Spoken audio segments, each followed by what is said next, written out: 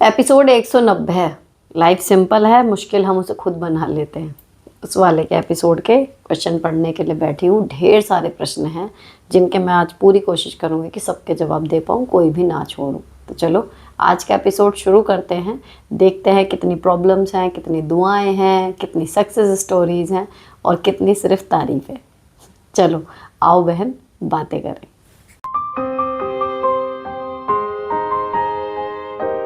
पहला प्रश्न है जी, दी मैं जॉइंट फैमिली में रहती हूँ, घर में इतनी बातें होती हैं, हस्बैंड को बताओ तो वो कुछ नहीं कहते। अब मैंने उनसे कहना ही बंद कर दिया है, बोलना भी कम कर दिया है। मैं जानती हूँ इससे हम दोनों में दूरियाँ बढ़ेंगी, लेकिन मैं क्या करूँ। अब मन नहीं होता किसी से बात करने का। अब अपने बच्चे को साथ रहना, उन्हें टाइम देना, बस यही समझ में आता है। क्या मैं सही कर रही हूँ? रिप्लाई ज़रूर देना, मैं वेट करूँगी अगले व्लॉग का। देखो इस टाइम के हिसाब से आप सही कर रहे हो, क्योंकि जब कोई हमने सामने वाले को बात बताई, किसी उम्मीद से बताई, और उसने ना तो हमारा पॉइंट ऑफ व्यू समझा, ना उस पर कोई ऐसी बात बोली जिससे कि हमें लगे कि हाँ मतलब वो सुन रहा है, समझ रहा है और फिर एक सलाह दे रहा है या रिएक्शन दे रहा है, तो ऑब्वियसली हमारा मन नहीं करेगा अगली बार उसके साथ कुछ भी शेयर करने का। तो वही आपके साथ हो रहा है ना। लेकिन यह है कि वो कोई नहीं है, वो हस्बैंड है। तो भाई मैं यहाँ पर ये सलाह दूंगी कि इस टाइम पे क्या परमानेंट आगे भी देखो, प्रायोरिटी आपके बच्चे रहेंगे, हमेशा रहेंगे, है ना। उनके लिए आप साथ दे रही हो, उनके लिए आप टाइम निकाल रही हो, उन्हें अपनी फर्स्ट प्रायोरिटी पर रख रही हो, दैट्स वेरी गुड। और दूसरी चीज़ इससे ये भी फ़ायदा होगा कि आप डिप्रेशन में नहीं जाओगी, क्योंकि आप अपने बच्चों के साथ व्यस्त रहोगी। और दूसरी चीज़, घर की जितने भी कलेश होते हैं उसकी वजह से अगर माँ परेशान है और वो अपने आप को नहीं संभाल पाती, अपनी एनर्जी को शिफ्ट नहीं कर पाती, तो उसका सबसे ज़्यादा खामियाजा भी बच्चे को भुगतना पड़ता है। तो इन सब लिहाज से देखा जाए तो आप बिल्कुल ठीक कर रहे हो। रही बात आपस में आपके दूरियां बढ़ने की, तो देखो जब आप पॉजिटिविटी की तरफ रहोगे ना, बच्चों के साथ इन्वॉल्व हो, ऐसा नहीं लगेगा आपको कि बिल्कुल आप कुछ कर ही नहीं रहे, लाइफ में सिर्फ कुड़ रहे हो, तो आप एक शांत मोड में चले जाओगे और आज नहीं तो कल स्थिति बदलेंगी, है ना। या तो आपके हस्बैंड सुनने समझने लगेंगे, या फिर आपको उनसे शेयर करने की सच में ज़रूरत ही महसूस नहीं होगी। आपको लगेगा कि इनसे शेयर करके होना भी क्या है, डील तो मुझे ही करना है, तो मैं अपने तरीके से कर लेती हूँ, है ना। आपको मतलब ओके फील होगा उस चीज़ में। ये नहीं लगेगा कि आप चाहती हो करना उनसे शेयर, लेकिन आप कर नहीं पा रही हो क्योंकि वहाँ से रिस्पॉन्स नहीं आ रहा। फिर एक ऐसी कंडीशन आएगी कि आप चाहोगी नहीं, आपको लगेगा कि आप अकेले ही काफ़ी हो।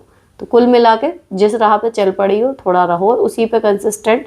अभी थोड़ा लग रहा है मुश्किल है, गलत हूँ, सही हूँ, कन्फ्यूजन सा हो रहा है, लेकिन आने वाले टाइम में ये चीज़ आपको मेंटली फिजिकली स्ट्रॉन्ग ही बनाएगी। डिप्रेशन में जाने से कहीं ज़्यादा अच्छा है अपनी एनर्जी को कहीं और शिफ्ट कर देना, तो वो आपने कर दिया। नेक्स्ट, नमस्ते मैम, मेरा नाम सुलोचना है। मैं आपको 2-3 बार और कमेंट कर चुकी हूँ पर आपने मेरा पढ़ा नहीं। मैम प्लीज़ इस बार पढ़ लीजिए। बहुत उम्मीद के साथ आपसे अपनी समस्या शेयर कर रही हूँ, क्या सही सुझाव दीजिए। पारिवारिक कलेश की वजह से मैं दूर रह रही हूँ अपनी 2 बेटियों के साथ। हस्बैंड मेरे साथ नहीं रहते, मैं साथ रहने के लिए बोलती हूँ तो बोलते हैं कि नहीं, क्या मुझे वापस ससुराल में जाकर रहना चाहिए या अकेले ही बच्चे पालने चाहिए। देखो पहला तो ये कि मैंने क्वेश्चन नहीं पढ़ा, वो क्यों होता है मैंने आपको कई बार शेयर करा है। मैं लाइन से पढ़ना शुरू करती हूँ। यहाँ पर ना कोई मेरा बहुत करीबी है, ना कोई मेरा बहुत दूर का है, सब मेरे लिए एक बराबर ही हैं।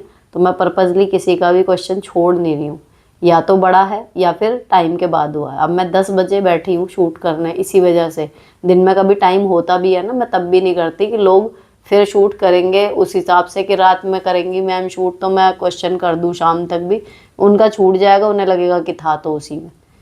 पर्पजली मैं रात को इसीलिए बैठती हूँ कि आदमी आराम से कमेंट कर दे और किसी का भी कमेंट छूटे नहीं, है ना। तो फिर भी छूटा है तो फिर इन्हीं दोनों में से एक रीज़न होगा। अब रही बात देखो सलाह की, कि पारिवारिक कलेश की वजह से आप दूर रहती हो लेकिन आपके हस्बैंड आपके पास आके रहने को तैयार नहीं, इसका मतलब जो आपके लिए कलेश है वो उनके लिए नॉर्मल चीज़ें हैं और उनकी प्रायोरिटी अभी भी अपने बीवी और बच्चों की बजाय उनका वो परिवार ही है, ठीक है। अब वो वहाँ पे क्यों रह रहे हैं, 2 पॉइंट होते हैं। देखो कई बार हमें लग रहा होता है कि हमारा हस्बैंड परिवार की तरफ झुक रहा है एंड ऑल दैट, उनके दिमाग में चल रही होती है परिवार की प्रॉपर्टी, कि अगर मैं हट गया तो मेरा हिस्सा गया, है ना। सोचने में ये थोड़ा सा लगता है हार्श, लेकिन एग्जैक्टली कई लड़कों के पतियों के दिमाग में होता है कि अगर मैंने अपने परिवार से बिल्कुल कट ऑफ कर लिया अपनी बीवी और बच्चों के चक्कर में, तो जो भी यहाँ से प्रॉपर्टी मेरे हिस्से में आने वाली थी हो सकता है मुझे बेदखल कर दें। और वो उसके लालच में अपने बीवी बच्चों को धता बता के वहाँ पर अपने कॉन्टेक्ट्स बना के रखते हैं। कई बार पति पत्नी दिमाग से वो करते हैं डील कि तू लड़ती रह लेकिन मैं बना के रखूँगा। ये चीज़ें होती हैं प्रैक्टिकली।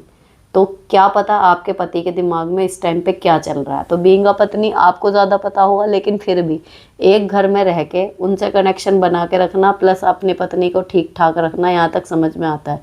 लेकिन अगर बीवी बच्चों को लेके चली गई है और तब भी वो आदमी या तो तू आ नहीं तो मैं तो आ ही नहीं रहा, तो ये थोड़ी सी स्थिति आगे की तरफ चली गई कि प्रॉपर्टी का इतना भी क्या लालच है कि भाई, या कोई भी और रीज़न है, फिर तो मतलब हम प्रायोरिटी में ही नहीं है ना बीवी और बच्चे। तो देखो, अगर आप जॉब पे हो, अगर आप पाल सकती हो अकेले, है ना, और दूसरी चीज़ कि जिसे आप कलेश मान रही हो वो क्या सच में इतना बड़ा है कि उसके चक्कर में आप अपने विवाह के वाले संबंध को भी ताक पे रख रही हो।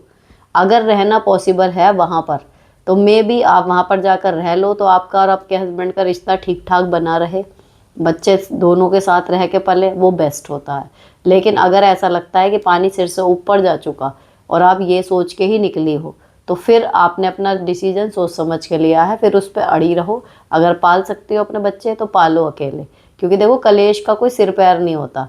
ये हम झेल रहे हैं तो हमें पता होता है कि वो कितना है।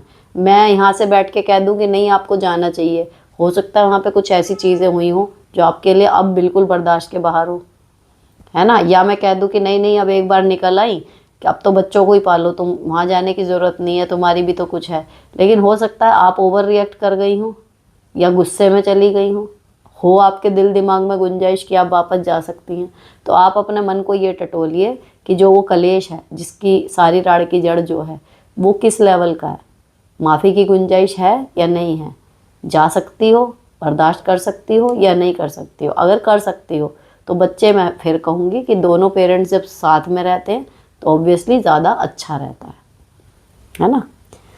नेक्स्ट, मैम हस्बैंड कभी कभी ऑफिस फ्रेंड के साथ पार्टी में ड्रिंक करते हैं और लेट घर आते हैं, पर मैं बार बार कॉल करके उनको परेशान करती हूँ कि आपको ड्रिंक नहीं करनी और जल्दी घर आना है। मेरे ऐसा करने से ऑफिस स्टाफ हंसता है, उनको पूछता है तुमने ऐसा क्या किया है कि बीवी बार बार तुमको कॉल करती है। मैं ड्रिंक करने पर थोड़ा सा तमाशा करती हूँ, पर वो स्टाफ को सब बताते हैं और मेरे कारण पार्टी से जल्दी आते हैं, पर ऑफिस स्टाफ में इस बात पर मजाक चलता है। क्या मैं सही हूँ? देखो, अति हर चीज़ की बुरी है कहते हैं ना। तो आप टोक रही हो, आपका पॉइंट ऑफ व्यू ठीक है, और मज़े की बात कि वो आ भी रहे हैं जल्दी, चाहे जलील होकर ही वहाँ से आ रहे हैं। लेकिन आप अगर उनके पॉइंट से देखो, वो ड्रिंक करने को ऐब नहीं मान रहे, क्योंकि वहाँ जितने भी लोग हैं वो सब ड्रिंक कर रहे हैं। अब उनकी बीवियाँ नहीं परेशान कर रही, आप कर रहे हो, तो कहीं ना कहीं अपने सर्कल में आपके पति को नीचा भी देखना पड़ रहा है ना। लेकिन गलती अभी भी मैं कहूँगी कि उन्हीं की है, पर पूरा जब सर्कल ऐसा ही बैठा हो ना, तो अपोज करना बड़ा मुश्किल हो जाता है।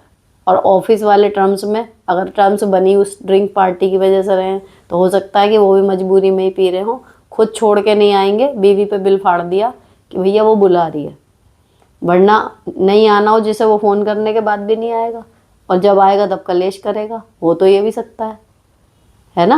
तो बजाय अगर आप 8-10 बार कॉल करती हो, कुछ करती हो, आप मैसेज कर दो, कॉल एक आध बार कर लो, ताकि इतना ज़्यादा ना हाइप बने, इतना ज़्यादा ना मजाक उड़े, क्योंकि पता नहीं चलता ना भाई अब आपके पति को वहाँ पे क्या फील हो रहा है, आप तो वहाँ पे हो नहीं, है ना। तो थोड़ा सा मेरे ख्याल से कॉल की जो संख्या उसमें कम कर दो, या फिर घर से ही अच्छे से समझा के भेजो, करके देखो थोड़ा सा कम। और ये वाली बातें भी ज़रूर कहना कि आना आपको भी होता है क्या, मतलब अगर मेरा बहाना ही चाहिए कि वहाँ से उठने के लिए आप सच में आना चाहते हो, तो कोई बात नहीं, मजाक उड़ा लेने दो, कहने दो, मैं कर दिया करूँगी कॉल। ऐसी भी बात एक बार करके देख लो, उनके मन को टटोल लो।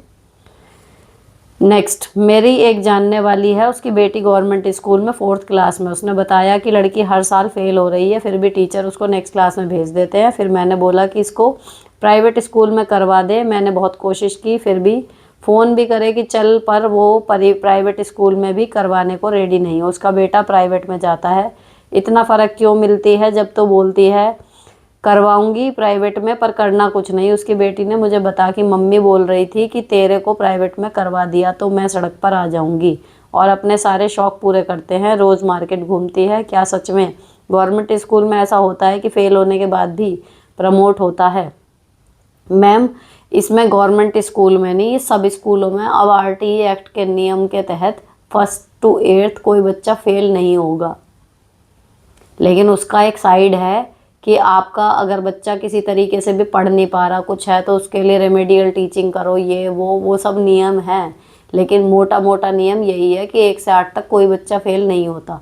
तो ये प्राइवेट स्कूलों में भी है कि बच्चे को कुछ नहीं आया लेकिन वो अपने नंबरों से पास नहीं भी हो रहा तो भी उसको प्रमोशन देना ही होता है। और कई बार ये चीज़ हम टीचर्स की जान को तो गले में हड्डी की तरह फंस जाती है, क्योंकि हमारे को अगली क्लास में उसको पढ़ाना फिर और मुश्किल हो जाता है। लेकिन ये मजबूरी है, पहले वाली चीज़ें अब नहीं रही, नियम बदल गए हैं। तो इसमें ऐसा नहीं है कि वो अपना रिजल्ट सुधारने के लिए कर रहे हैं, रूल ही ऐसा है। नेक्स्ट, हाय दी, मेरी छोटी भाभी खुद वीडियो कॉल करती थी, बात करती थी। उसने देखा कि मेरे घर काम वाली लगी है। मेरा लिविंग स्टैंडर्ड देख के वो इतना जेलस हुई कि वो भाई से झट लगा दी कि मैं उसे बोलती हूँ कि तू चीप लाइफ जीती है, मैं स्टैंडर्ड लाइफ जीती हूँ। कंफर्ट किया तो बोलती है उसे ये सब दिखा के नीचा दिखाती हूँ दीदी, जबकि मेरे दिमाग में ऐसा ख्याल भी नहीं आया कभी, क्योंकि वो मुझसे 20 साल छोटी है।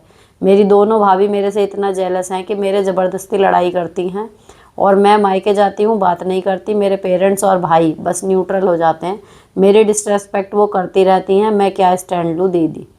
अपने आप को रिजर्व करो अपने सुखी संसार में और वहाँ पर जाओ त्योहारों पे, लिमिटेड टाइम के लिए जाओ, जितना काम है जितने रिचुअल्स हैं निभाओ और वापस आओ। क्योंकि मेन मुद्दा वही है कि आप उनसे एक अच्छी लाइफ जी रही हो, उनसे झेला जा नहीं रहा। नेक्स्ट, हाय दी, मैं वही हूँ जो 6 मंथ मायके में रहकर आ रही है और देवर के लिए लड़की देख रहे हैं। दी, मैं जॉब करती थी तब सास ने करने नहीं दी, इतना तंग करा और हस्बैंड को भड़काया, गलत सुनाया, मुझे मायके भेज दिया। जब बुलाया तो ये बोलकर कि अब जॉब नहीं करेगी। टीचिंग जॉब करती थी, अब देवर के लिए कंपनी वाली देख रही है। मुझसे बोलती थी तेरी एक बेटी है, तू किसके लिए कमा रही है? अब देवरानी क्या पीछे से बेटा लेकर आएगी? ये सोचती हूँ पर बोलती नहीं हूँ। उन्हें और दी लड़की देखते हैं पर मुझे कानों कान खबर नहीं होने देते। मुझे इल्ज़ाम भी लगे हैं, इसी वजह से देवर के 2 बार रिश्ते टूटे हैं, इसकी वजह से। सच है ये, उनकी ख्वाहिश बढ़ती जाती है। जितनी लड़की देख रहे हैं उन्हें लड़की देखते हुए 5 साल हो चल रहा है। मेरे लिए सभी वैसे ही हैं जैसे पहले थे। 6 मंथ मायके रहकर आई हूँ तो इतना फ़र्क हाथ नहीं उठा सकते। बस मायके वाले सपोर्ट करते हैं मुझे, सास ससुर देवर नफ़रत करते हैं, हस्बैंड को भी भड़काते हैं। हस्बैंड मेरे साथ बस मतलब के लिए रहते हैं, कोई इमोशनली अटैचमेंट नहीं है उन्हें। बस ये है कि अब मायके गई तो आएगी नहीं और देवर की शादी नहीं हो पाएगी, इसलिए सास ने समझाया प्रेग्नेंट करो और ज़बरदस्ती बेटा होने की दवाई दिलवाई है। जब से दवाई दिलवाई है मेरे एंड किसी के लिए जगह नहीं है। प्रेम प्रीत तो बहुत दूर की बात, बस रिश्ता निभा रही हूँ। इसलिए बोलती हूँ देवर की जब भी शादी होगी मैं नहीं जाऊँ और किसी से रिश्ता निभाऊँ।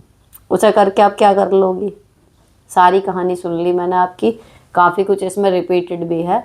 लेकिन देवर की शादी में एंड में ना जाके आप उखाड़ क्या लोगी? सब कुछ तो जो आपको करना था नहीं करना था वो सब कुछ करवा लिया उन्होंने।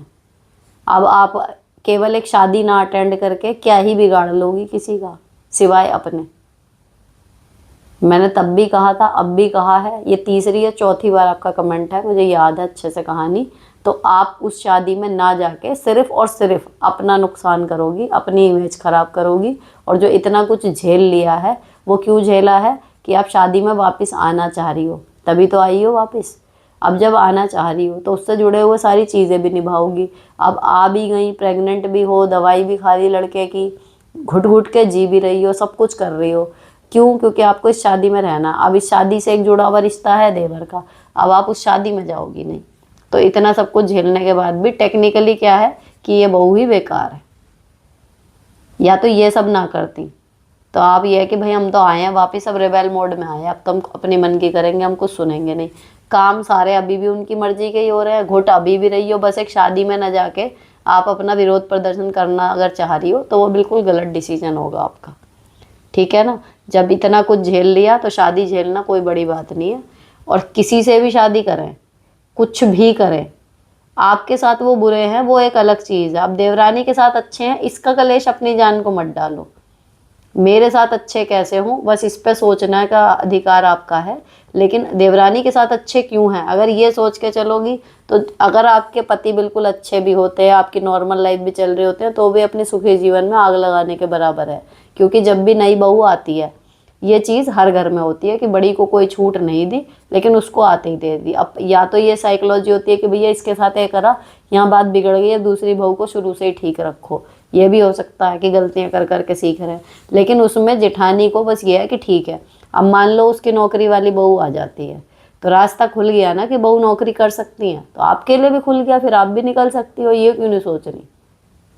तो अभी जितना बुरा हो गया था, या तो उस पर टिकी रहती कि भाई इस तरीके से मैं नहीं रहूंगी इस शादी में, लेकिन जब आप वापस आ गई हो तो फिर अब कोशिश यही करो ना कि सारी चीज़ें आप मैनेज करके चलो।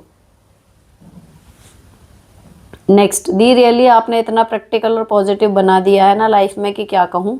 Thanks a lot for everything, please accept my gratitude. Accepted. Next, दीदी मैं 25 साल की मैरिड लड़की हूँ। मैंने 2021 में शादी हुई थी। मैं अब 11 मंथ की ओल्ड बेटी की माँ हूँ। जब ये गुड़िया हुई थी उसके बाद मेरे ससुराल वालों ने मुझे बहुत टॉर्चर किया था और खाना भी नहीं दिया था। मेरे हस्बैंड ने भी मेरी सास ननद की बातों में आकर मुझ पे बहुत हाथ उठाया। जापे में 15 दिन तक लगातार हाथ उठाया। पता नहीं उन्हें उस टाइम पे मेरा दर्द क्यों नहीं दिखा, बट अभी भी अपने ससुराल वालों से अलग अपनी बेटी और हस्बैंड के साथ रहती हूँ। जब मेरी बेटी 5 महीने की हुई, मुझे पता चला कि मेरे कान का पर्दा फट गया है जापे में इनके इतनी बार थप्पड़ मारने से, क्योंकि उस टाइम पर कान बहुत कच्चे होते हैं। मेरा दिल कर रहा आपको कान के पर्दे की फ़ोटो क्लिप दिखाऊं। मेरी प्रॉब्लम ये थी कि मेरी 5 महीने की बेटी टोटली ब्रेस्ट फीडिंग पर थी। मैंने इसको कभी ऊपर का दूध नहीं दिया, बॉटल नहीं लगाई, और कान के ऑपरेशन में 8 घंटे बेहोश रहते हैं, तो मैं क्या करती। मैंने वेट किया, अब ये 11 महीने की हो गई, लेकिन अभी भी इतना टाइम ये नहीं निकाल पाएगी। ये कैसे क्या होगा समझ नहीं आ रहा। मैंने इसके बर्थडे के बाद ऑपरेशन का डिसाइड किया है। मेरे पास कोई हाउस हेल्प नहीं है दीदी, ना ही मिल रही है। मैं हरियाणा से हूँ, आसाम में रहती हूँ। यहाँ की लैंग्वेज नहीं आती तो मेड्स को समझ नहीं आती, तो रख नहीं पाती। आफ्टर सर्जरी बच्चा और घर का काम कैसे करूँ? बट लॉन्ड्री हो जाती है बेबी की, एक दिन भी बिना धोए नहीं चलता। Please suggest me, sorry for long comment. आपका कोई मैके में भी तो कोई होगा, आप भले वहाँ रह रही हो आसाम में। ऑपरेशन कितने दिन का होएगा? उतने दिन को कोई आके नहीं रह सकता आपके घर। रही बात ब्रेस्ट फीडिंग की, कितने घंटे, तो ब्रेस्ट फीडिंग वाली मम्मियाँ जॉब पे जाती हैं, दूध अपना निकाल के पंप आते हैं ब्रेस्ट के और फ्रिज में रख देते हैं और बच्चे पी लेते हैं। ये इतनी बड़ी बात ही नहीं थी जिसकी वजह से आपको इतना लंबा इंतज़ार करना पड़े। तो जो घर में कलेश हुआ वो आपका फाइनली अभी तो पॉज पे है, तो उस पर मैं जा ही नहीं रही। लेकिन इन दोनों समस्याओं का हल ये है कि किसी को बुलाओ, जो भी आ सकता हो, यार दोस्त में से, रिश्तेदार में से, पैके में से, ऑपरेशन करवाओ और ब्रेस्ट पंप मंगा के दूध निकाल के अपना रख के जाओ। वहाँ पर ऑपरेशन के बाद भी वहाँ से भी निकाल के पंप के जरिए दूध पहुँचाया जा सकता है। ये इतनी बड़ी बात नहीं है, और अपना ऑपरेशन करवा लो। Next, hello ma'am, I have taken the decision keeping in mind everything. I send my husband to catch the good opportunity. I am trying to handle here. Thanks for support, lots of luck. चलो, best of luck, भगवान करे decision सही बैठे। Next, hello दीदी, मैं south में रहती हूँ, 3 साल हो गए रहते हुए। हाउ मैनी डिप्रेशन में हम हूँ। मैं यूपी की रहने वाली हूँ, हस्बैंड की जॉब की वजह से रह रही हूँ। बच्चे का बहुत पढ़ाई का लॉस हो रहा है। क्या हिंदी नहीं चलती, ओनली तमिल इंग्लिश चलती है? कैसे डिप्रेशन से निकलूँ? मेरा एक प्रश्न है, प्लीज़ उसका आंसर मुझे दीजिए। मुझे आपसे बहुत उम्मीद है। मेरी एक रियल जेठानी नहीं है, वह 7 सालों से मुझसे फ़ोन पर बात करती है। वैसे हम मिलते जुलते हैं, पर जब मुझे पता चला वह मेरी बातें इधर उधर करती है, मैंने उससे बात करनी बंद कर दी। क्या मुझे उससे बात करनी बंद कर देनी चाहिए? ऐसे लोगों को कैसे हैंडल करते रहना है, मुझे समझ नहीं आ रहा। 2 प्रश्न हैं आपके। पहले जेठानी वाला बता दूं, अगर मुझे ये पता चलता है कि मैं इस बंदी से बात करती हूँ और ये मेरी बातें इधर की उधर करती है, तो मुझे उस बंदी को सुधारने की या उस बंदी से सारे रिश्ते तोड़ने की बजाय अपनी बातों पर कंट्रोल करने की ज़रूरत है। मैं कितना शेयर कर रही हूँ उतना ही उससे शेयर करो, जितना वो इधर उधर जाके कह भी दे तो कोई बात ना हो उसमें, है ना। या फिर कोई बात हो भी तो वो सच हो, तो आप कन्फ्रंटेशन अगर कोई करता है तो आप ओके हो तो करो उतनी शेयर। ओवर शेयरिंग से अगर बच जाओ, क्योंकि ये आदत एक जेठानी में इनमें नहीं है, वो सब में होती है। अब कोई मानेगा कोई नहीं मानेगा, ये आदत सब में होती है, मैं सब में खुद को भी इंक्लूड कर रही हूँ कि अगर मुझे कोई बात पता चली, हो सकता है जब मेरे दिमाग में वो बात है तो कहीं उससे जुड़ी हुई कोई बात चली तो मैं पर्पजली नहीं किया, अरे मेरे को आज एक बात पता चली चलो मैं बताती हूँ, लेकिन हो सकता है कि उससे जुड़ा हुआ कोई बात निकली उसके सपोर्ट में, या हाँ हाँ ऐसा हुआ था या नहीं ऐसा नहीं होता कहने के, अपने बात को रखने के उद्देश्य से मैंने वो बात कर दी, क्योंकि मुझे पता है मेरे दिमाग में है, मैंने सुनी हुई है। तो जो चीज़ आप किसी को बता नहीं रहे वो उसका मिसयूज़ करेगा भी नहीं। तो उतनी ही बातें शेयर करो अपनी जितनी आप, मतलब अगर फैले या 4 लोगों तक भी पहुँचे तो कोई दिक्कत ना हो आपको, तो ये प्रॉब्लम ख़त्म। फिर आपको ये नहीं देखना कि अरे ये मेरी बात कहेगी तो नहीं। जो बात आपको किसी को नहीं कहनी उसे किसी को भी नहीं कहनी ना। ये कह के कि मैं तुझे बता रही हूँ और को मत बताइयो, ये बिल्कुल बेकार की बात है। वो बताएगा ही बताएगा आदमी, है ना, चाहे अभी बता दे, चाहे 4 को बताए, चाहे 1 को बताए या 100 को बताए, लेकिन जो आपने दूसरे को बताई है उसके पास हमेशा ऑप्शन रहेगा कि वो शेयर करेगा। ठीक है, तो यहाँ पर हमें अपने ऊपर काम करने की ज़रूरत है। दूसरा, आप साउथ में रह रही हैं, ठीक है, अब वहाँ हिंदी नहीं है, तमिल और इंग्लिश है, इतना डिप्रेशन में जाने की ज़रूरत नहीं है। हिंदी आपकी मदर टंग है, आप घर पे बोलोगे, हिंदी बच्चे को वैसे आ जाएगी, लिखनी ही नहीं आएगी, व्याकरण नहीं आएगा अगर वो स्कूल में नहीं पढ़ रही, अगर आप पढ़ा दोगे वो भी आ जाएगा। लेकिन अगर वो तमिल और इंग्लिश वहाँ पर रहकर सीख रही है तो वो भाषाएं सीख लेगी, और कुछ भी सीखना कभी भी वेस्ट नहीं जाता। तो इसमें डिप्रेशन में मत जाओ, लेकिन हाँ अपने जगह को छोड़ के बिल्कुल अलग सी जगह जहाँ पर कोई हमारे जैसा ना दिखता ना बोलता, अलग तो है ही, लेकिन ये डिसीजन तो आपने जॉब के रहते जब लिया है तो वो जीना भी होता है, और जब एक्सेप्टेंस आ जाती है तो फिर आप जी भी लाओगे, तब आपको परेशानी कम होएगी। जब तक उसका विरोध कर रहे हो तभी तक आपको लगेगा। ये अलग अलग क्वेश्चन थे, साउथ में रहने वाला अलग था और ये जेठानी वाला अलग था। मेरे को एक मिनट के लिए लगा कि एक ही आईडी से आए हुए 2 क्वेश्चन हैं, तो मैंने क्वेश्चन दोनों के अलग अलग बता दिए। ठीक है, नेक्स्ट, मैं बहुत ओवर थिंकिंग करती हूँ, छोटी छोटी बात मुझे बुरी लगती हैं लोगों की, क्योंकि मैं किसी को कुछ नहीं कहती तो सुन भी नहीं सकती, और लोग मेरा बहुत फ़ायदा उठाते हैं। जब तक मेरी ज़रूरत है साथ रहेंगे, जब काम हो जाएगा तो दूर कर देते हैं। बहन ये तुम्हारे साथ नहीं है, सबके साथ है। तो अपने आप को बहुत बड़ा विक्टिम आप ना माने, ये हर एक के साथ होता है कि जब उनकी ज़रूरत होती है वो हमारे को मतलब पूछते हैं, हमारे साथ रहते हैं, हमारे साथ अच्छा व्यवहार करते हैं, और जब जिसका ज़रूरत ख़त्म हो जाती है वो फिर उसी हिसाब से कटने लगता है। ये ज़माने का चलन है आज के टाइम पे। जो नेगेटिव लोग हैं वो प्रपोजली करते हैं, लेकिन जो पॉजिटिव लोग हैं वो अपनी बिजी शेड्यूल की वजह से ऐसे ही करते हैं कि आपसे कोई काम है, टाइम निकालेंगे, मिलेंगे, बात करेंगे, काम ख़त्म हो गया, ठीक है, उसके बाद नॉर्मल हो जाता है। नॉर्मल मतलब साल 6 महीने में एक बार भी कॉल नहीं हो रही, तो ये होता है, कोई इतना वेला नहीं बैठा। ठीक है, तो निगेटिव और पॉजिटिव दोनों ही कंडीशन में हो सकता है, इसको इतना हैवीली मत लो, ओवर थिंक करते हो ना वो मत करो। आप भी कल को किसी से, आपको मान लो किसी के घर के आसपास की कोई चीज़ पूछनी है, आप उसे वैसे नहीं कभी बात करते, होली दिवाली कभी विश कर दिया तो आप उसे उस दिन फ़ोन करोगे, आपने अपनी जानकारी ले ली, जो भी आपको चाहिए उसने भी सहृदयता से बता दी, है ना। हो सकता है वहाँ पे आपका कोई बड़ा हित सधा हो तो आपने उसके घर पे कोई मिठाई का डिब्बा या कुछ भी दिया है, लेकिन उसके बाद वो काम ख़त्म हो गया, तो अब क्या आप उससे रोज़ मिलने जाओगे या हर दूसरे दिन चौथे दिन फ़ोन थोड़ी करोगे। ठीक है, काम था, बात कर ली, अभी क्यों आप उसको डिस्टर्ब करना है, क्यों अपना टाइम वेस्ट करना है। आ जाती है ना ये चीज़, तो ये नॉर्मल भी हो सकता है, इतना ओवर थिंक मत करो इस चीज़ पे। नेक्स्ट, हेलो मैम, सास घर संभालते और ससुर बिजनेस, बेटा बिजनेस में ध्यान नहीं देता, मॉर्निंग में लेट जाना, आफ्टरनून में लंच के लिए घर आना, देन इवनिंग तक वहीं रहना। मनी सेविंग तो दूर की बात है, जो अर्निंग हो रही है उसको घूमने शॉपिंग में वेस्ट करना। पेरेंट्स की हेल्थ की कोई फिक्र नहीं। पेरेंट्स क्या करें? पेरेंट्स सिर्फ ये करें कि अपने बुढ़ापे और थोड़ा बहुत उस बच्चे के फ्यूचर के लिए जोड़ते रहें, साथ में उसे कन्विंस करते रहें। That's all you can do. Next, दी मेरे हबी एक्सपायर हो गए, एक बेटा है वो बाहर पढ़ रहा है, वी रेंटेड हाउस में रहती हूँ, बिल्कुल अकेली हूँ, मेरे खुद के 2 घर हैं जो कि रेंट पर हैं, वो सिटी से दूर हैं, मैं वहाँ शिफ्ट नहीं हो सकती, अभी सिटी के बीच में रहती हूँ। मैं सोचती हूँ कि रेंटेड हाउस में कब तक रहूँगी। जब तक आप हो तब तक रहना इसी तरीके से, क्योंकि आपके रीज़न है बीच में रहने के। इट्स कम्प्लीटली फाइन, कुछ भी गलत नहीं है इसमें। नेक्स्ट, मेरे इन लॉज दिल से अच्छा नहीं सोचते, बस ऊपर से अच्छा अच्छा दिखाते हैं, अंदर से गिराने की कोशिश करते रहते हैं, क्या करूं? सबके, अगर कुछ विरलों को छोड़ दूं, यही हाल है। करना आपको कुछ भी नहीं है। आपको उनकी इंटेंशन अब पता चल गई। हमारा नुकसान तब तक होता है जब तक हमें उनके इंटेंशन का अंदाज़ा नहीं होता। हम मान के चल रहे होते हैं कि सब कुछ दिल से है, लेकिन जिस दिन हमें समझ में आ जाता है कि ऊपर ऊपर से है भाई, दिल से तो अंदर कड़वापन ही भरा पड़ा है, तो ठीक है, आपको एक बात थी, पता चल गई, जैसे चल रहा है वैसे चलने दो। काम हमें फिर भी करना होता है, फिर भी करना होता है। अब हम इमोशंस लेस, वहाँ पे इमोशन अपने फालतू के वेस्ट नहीं करेंगे। काम है, कर देंगे, छुट्टी। तो इसमें इतना दिल पे मत लो इस चीज़ को। और हर दूसरे के यही हाल है, अकेला भी मत समझो खुद को।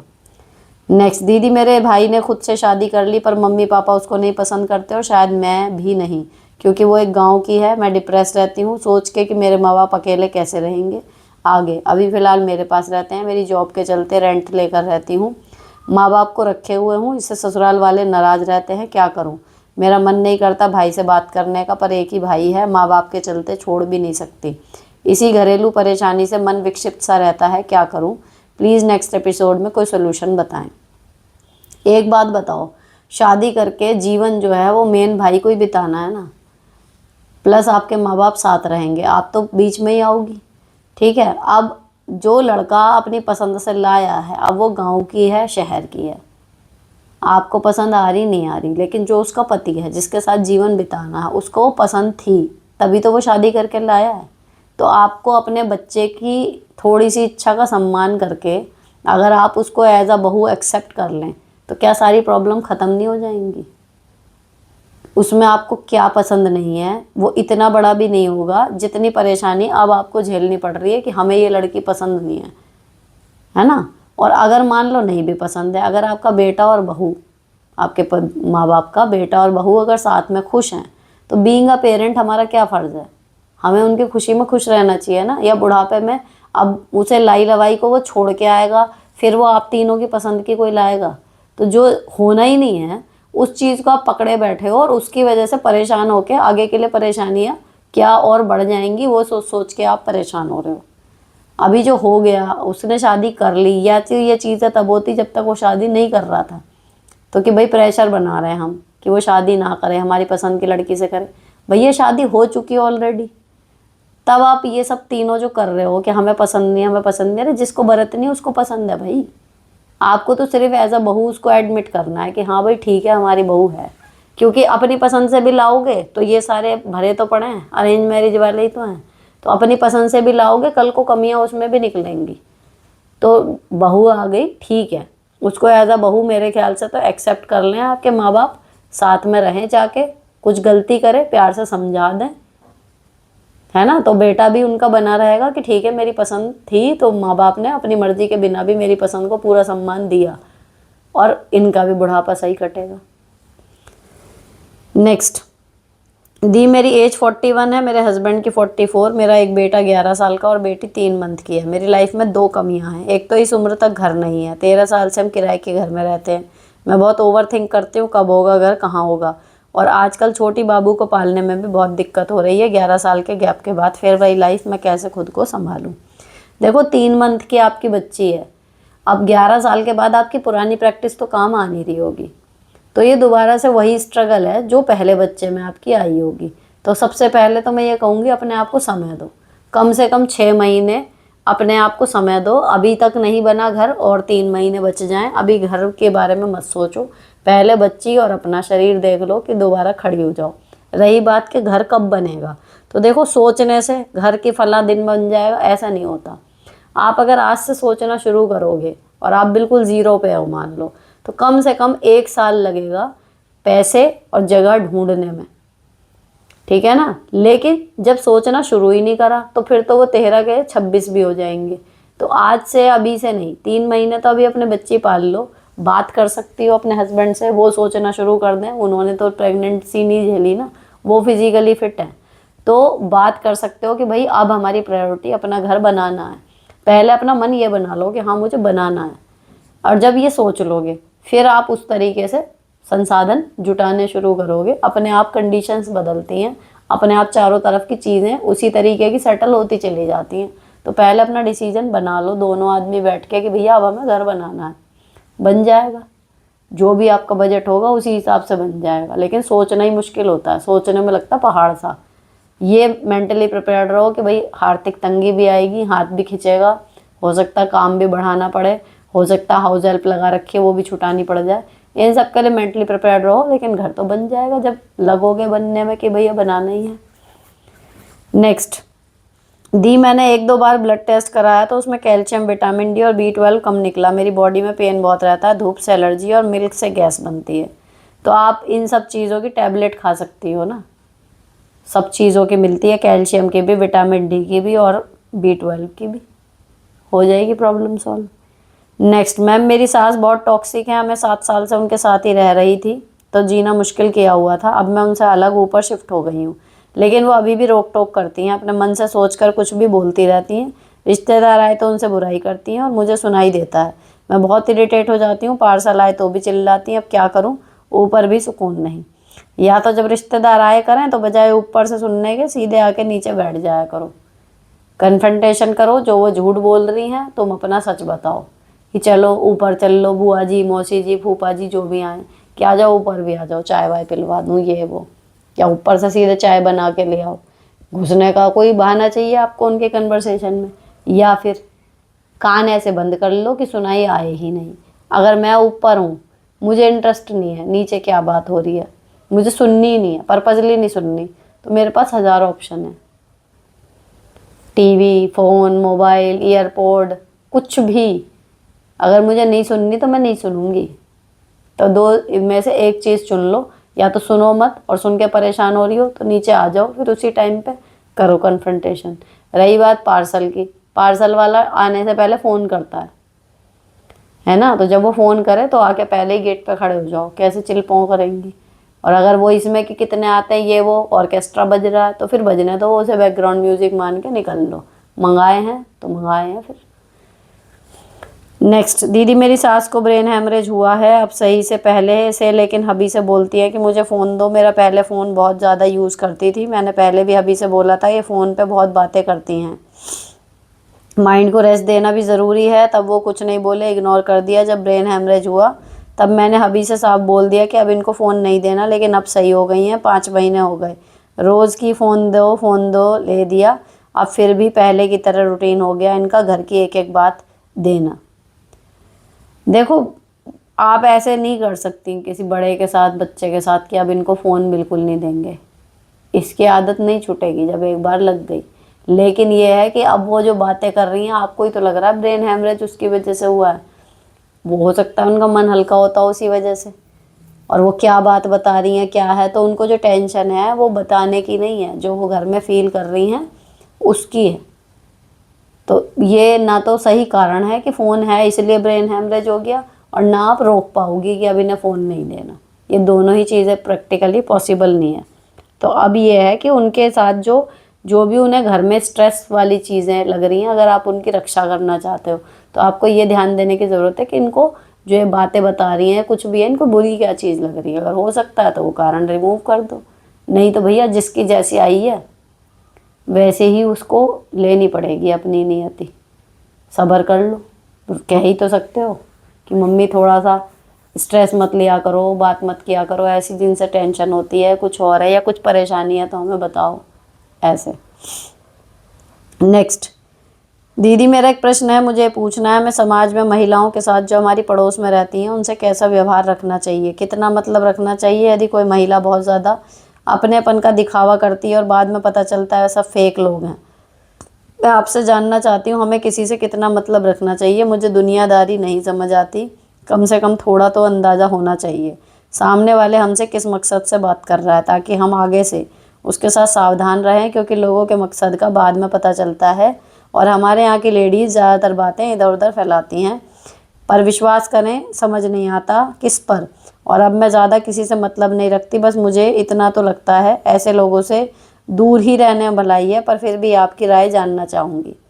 देखो, एक ये होता है ना कि किस पे विश्वास करें, मैं कहूँगी किसी पे विश्वास करने की ज़रूरत है ही नहीं। किसी पर भी आज के टाइम पे विश्वास करना एक जुआ है। तो जो जब तक कोई इमरजेंसी ना हो ना, मान लो एक मैं वैसा उदाहरण दूंगी थोड़ा सा नियम से हटके, मान लो हमें कहीं रिश्वत दे के कुछ पैसे को काम करवाना है, कोई ऐसा काम है हमें पता भी है इसमें पैसे चलेंगे, हमें देनी है रिश्वत उसको, ठीक है, थोड़ी या ज़्यादा। अब मुझे पता है कि इस आदमी को देने ही पड़ेंगे, नहीं तो ये काम अटकेगा ही अटकेगा। तो मैं उस काम के पहले या बाद में, अगर पहले दे रही हूँ तो मैं उस पर विश्वास कर रही हूँ, बाद में दे रही हूँ तो वो मुझ पर विश्वास कर रहा है, ठीक है। हमारे पास ऑप्शन नहीं है इसके अलावा, समझ रहे हो। ये तो हो गई एक ऐसी कंडीशन जिसे आप अवॉइड नहीं कर सकते। अदरवाइज रिश्तों में या कहीं पर भी, स्टाफ में, पास पड़ोस में, मैं तो अब इस एज में आके जो सबक मैंने सीखा अपने लिए, भैया विश्वास तुम किसी पे मत करो। विश्वास इन अ सेंस, क्यों वो बातें आपको बतानी हैं, क्यों किसी से ऐसी उम्मीद रखनी है कि ये कर देगा, ये नहीं करेगा। हम कौन होते हैं किसी के बारे में अंदाज़ा लगाने वाले। और सिर्फ एक ये आदत हम छोड़ दें ना, तो हमारी परेशानियां आधी से ज़्यादा ख़त्म। हमें किसी से कोई उम्मीद ही नहीं है, हम किसी पे ये भरोसा ही नहीं कर रही है हमें ये करके देगा। कर दिया बहुत बढ़िया, लगता है बोनस मिल गया, नहीं करा इतना सा भी दुख नहीं होता। ये लगता है ना कि हमें तो उम्मीद ही नहीं थी इससे कि करेगा, तो नहीं करा उसने, कोई दिक्कत नहीं आपको। तो विश्वास किस पर करें किस पर नहीं करें, मेरी मानो किसी पे मत करो। तो उसका क्या फ़ायदा होता है, ये नहीं कि हर एक को देखो अच्छा ये मेरा ये ले लेगी, अच्छा वो वाली बात नहीं हो रही यहाँ। आप किसी पे इतना भरोसा नहीं कर रही कि आप तो उनसे कोई भी पर्सनल बातें शेयर करें, उनसे किसी भी तरीके के बहुत बड़े फेवर की, छोटे फेवर की, किसी भी तरीके की कोई उम्मीद रखें, वो आप रख ही नहीं रही किसी से भी रैंडमली। तो आप सबके साथ एक सी हो गई, सबके साथ आप अच्छे से बात कर रही हो, कोई आप उम्मीद रख नहीं रही, इसलिए कोई उम्मीद तोड़ भी नहीं पा रहा जब रख ही नहीं रहे हम, तो इसलिए ना किसी पर गुस्सा आ रहा है, सबसे मिल रहे हो, सबके हो और एक्चुअली किसी के नहीं हो। तो मेरा पैटर्न तो इस टाइम पर डिट्टो यही है, उम्मीद किसी से नहीं करनी, एनर्जी किसी पे फालतू वेस्ट नहीं करनी, जो सामने है वही सबसे इम्पोर्टेंट है, सबसे अच्छे से बात करनी है, अपनी ना ओवर शेयरिंग करनी, कोई बता जाता है सुन ली, ना उसको इधर से उधर करने की कोशिश करनी कि भैया इसकी ये बात पता चली चलो इसी को जाके बताती हूँ। तो अपनी एनर्जी हम बचा रहे हैं, तो ऐसे रहो, हर जगह सही करता है ये मतलब फार्मूला काम, स्टाफ में भी, पड़ोस में भी, रिश्तेदारों में भी। ना अपनी फालतू बातें शेयर करो, ना किसी की फालतू बातों में घुसो जब तक आपसे कोई पूछे ना। मौका है हंसी खुशी का, अच्छे से रहो सबके साथ, बातें सबसे करो, शेयरिंग मत करो अपने सीक्रेट्स की। तो कोई भरोसे के लायक है या नहीं है वो आपका मैटर ही ख़त्म हो जाता है। आप कौन सा हर एक को अपनी तिजोरी की चाबियां या कोड देते फिर रहे हो जो भरोसा करना पड़ रहा है। नॉर्मल बातें करनी है करो, और बताओ कैसे क्या क्यों, अच्छा बात ख़त्म। कितनी देर के लिए मिलना है, इतना डीपली घुसो ही मत कि सोचना पड़े कि आगे जाऊं नहीं जाऊं, जाऊं नहीं जाऊं, बात ख़त्म। और ज़िंदगी सुखी हो जाएगी अगर इतना करना सीख लिया तो। नेक्स्ट, हेलो दीदी, मुझे ये पूछना था, हमारे यहाँ पर सर पर पल्लू रखने का रिवाज है। मैं अगर कभी अपनी नंद के साथ कहीं बाहर घूमने जाती हूँ तो मेरे हस्बैंड मुझे बाहर भी सर पर पल्ला रखवाते हैं। मैं एजुकेटेड हूँ, पोस्ट ग्रेजुएट हूँ, मुझे ये सब चीज़ें पसंद नहीं है, पर मेरे हस्बैंड को अगर मैं सर पर पल्लू नहीं रखूँगी तो ये चीज़ें पसंद नहीं है। मेरी नंद भी कुछ नहीं बोलती है कि चल बाहर आए हैं सर से हटा ले। मुझे अपने हस्बैंड को कैसे समझाना चाहिए, इसलिए मेरा मन उनके साथ ना कहीं बाहर घूमने जाने के लिए ना करता है, ना कहीं हम बाहर जाकर भी आज़ाद नहीं हैं। मैंने तो भाई इसका एक ही वो सोचा कि सीधे मुझे जो काम नहीं करना मैं तो मना कर देती थी कि मुझे नहीं करना। अब ऑब्वियसली कोई कह रहा कर, मैं कह रही हूँ नहीं कर रही, तो उसका मुंह बनेगा, राजी खुशी तो कोई मना करता नहीं। लेकिन अगर मुझे पल्ला नहीं करना था तो मैंने साफ मना कर दिया। फिर जब तक करना था, मतलब करना क्या था, शुरू से ही नहीं करना था, लेकिन मैं उस हद तक इरिटेट नहीं हो रही हूँ तो मैं कर रही हूँ, चलो दूसरों की खुशी के लिए। लेकिन जिस दिन मुझे लगा कि यार बहुत हो गया, अब परेशानी होती है, मुझे नहीं करना, तो मैंने सीधे बोल दिया कि मुझे नहीं करना। अब उसके बाद किसका मुंह कैसा बन रहा है या कोई मेरी बलाए लेगा, हाय हमारी बहू कितनी अच्छी है, देखो इसे पल्ला नहीं करना, ये तो कहेगा नहीं। ऑब्वियसली घूर के ही देखेगा वो कि अच्छा पल्ला भी नहीं करना।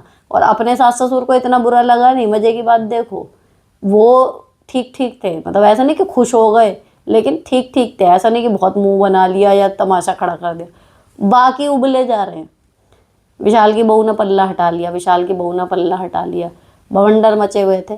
मेरे सामने किसी ने कुछ कहा नहीं, वो एक अलग चीज़ है, लेकिन पता सब चल गया कि भैया अच्छा पल्ला हटा लिया ये वो, क्योंकि मैं पहली बहू थी कि जिसने पल्ला सिर से हटाया। लेकिन वो ठीकरा मेरे सिर फूटा, इसने ये चीज़ करी, इसने ये चीज़ करी मेरे आने के बाद। लेकिन ये जब मैंने कर दिया ना, तो मेरी जिठानियाँ जो मेरे से पहले आई हुई थी, मेरी देवरानियाँ जो मेरे से बाद आई, सबकी ज़िंदगी सुखी हो गई। अब कोई पल्ला नहीं करता, ना घर में ना शादियों में।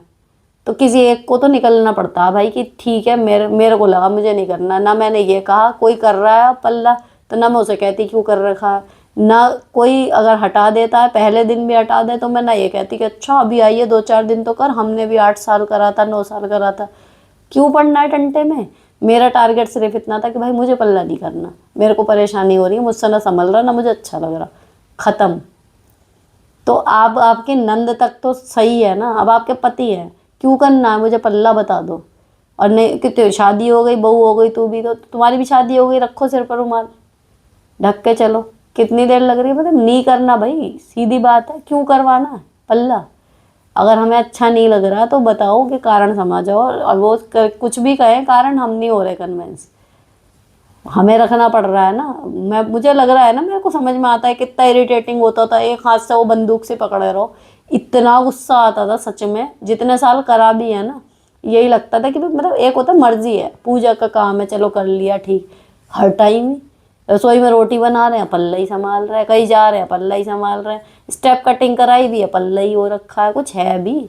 तो जब बुरा लग रहा है तो बोलो कि बुरा लग रहा है, नहीं करना है, देखो फिर बाद में क्या होता है। बेफालतू की इन्हें बुरा लग जाएगा, इन्हें बुरा, कल को तो बुरा लगने लगे कि तू सिर पे जो है ऐसे सीधी मत चल, तू हाथ के पैर चल, मेरे को तो बुरा लग रहा है तू पैरों पे चल रही है, चल लोगे हाथ के बल। भाई मेरे को नहीं चलना आता, मैं नहीं चलूँगी, सीधी सी बात कहेगा ना आदमी।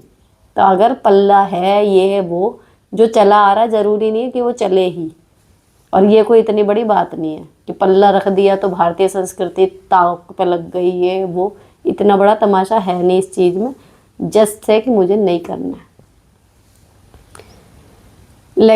नेक्स्ट आ गया, ये एक ही आईडी से बहन जी तुमने कितने क्वेश्चन भेज रखे हैं, ये एक ही एपिसोड पूरा अपने नाम ही कर लोगे आज। ये उन्हीं का ही है कि हस्बैंड बहुत ज़्यादा एंग्री हो जाते हैं कई बार, वो समझते नहीं कि मैं भी इंसान हूँ, डांटना शुरू कर देते हैं ये वो।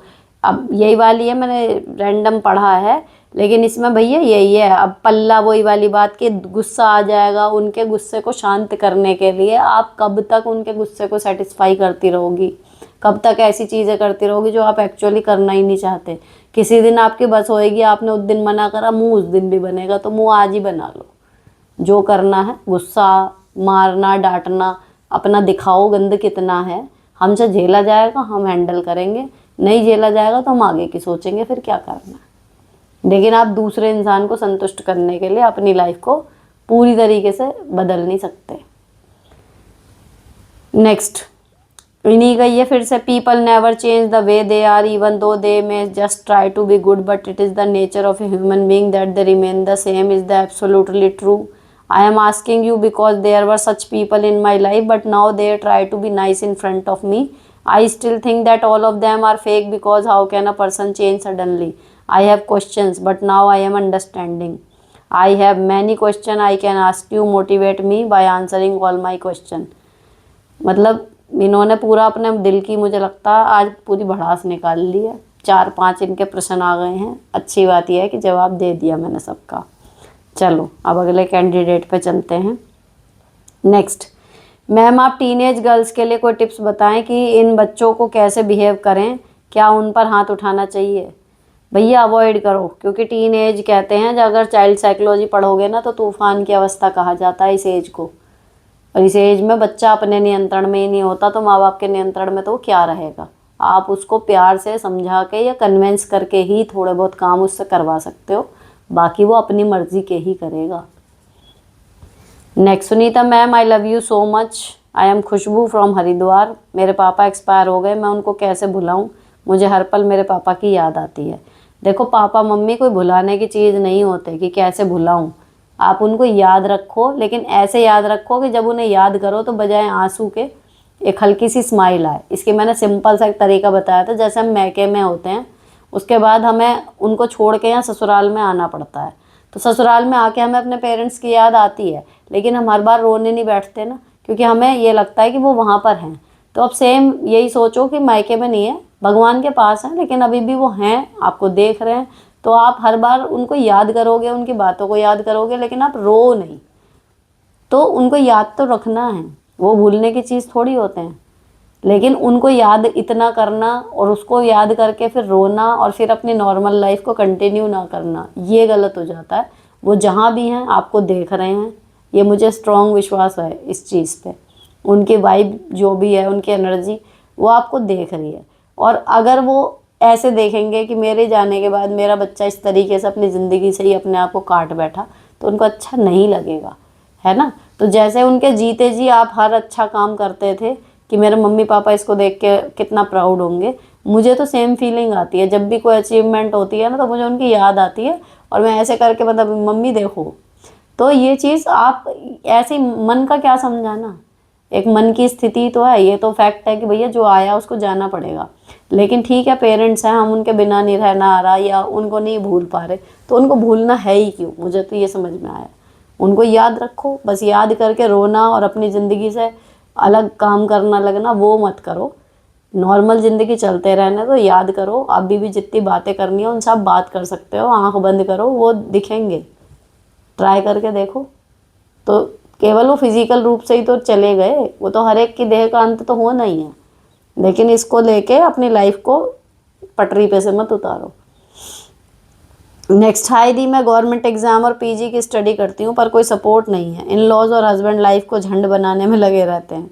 स्पेशल बेटा है जिसको मैं देखती हूँ, पर कभी कभी टूट जाती हूँ। कुछ बताइए कैसे स्ट्रांग बनी रहूँ, गॉड ब्लेस यू। देखो, सिर्फ सारी तरफ से आदमी पे चोट पड़ती है ना, तो स्ट्रांग बने रहना हमेशा पॉसिबल नहीं होता। तो इट्स ओके अगर आप कभी कभी टूट जाती हैं, लेकिन फिर 2 घंटे 1 घंटे कभी मन आए रो लिया करो, लेकिन फिर उठो। और ये आपकी लाइफ का सबसे कहना चाहिए मुश्किल फेज़ है, पर जब इसे पार कर लोगी ना, देखना चीज़ें सारी ठीक होंगी।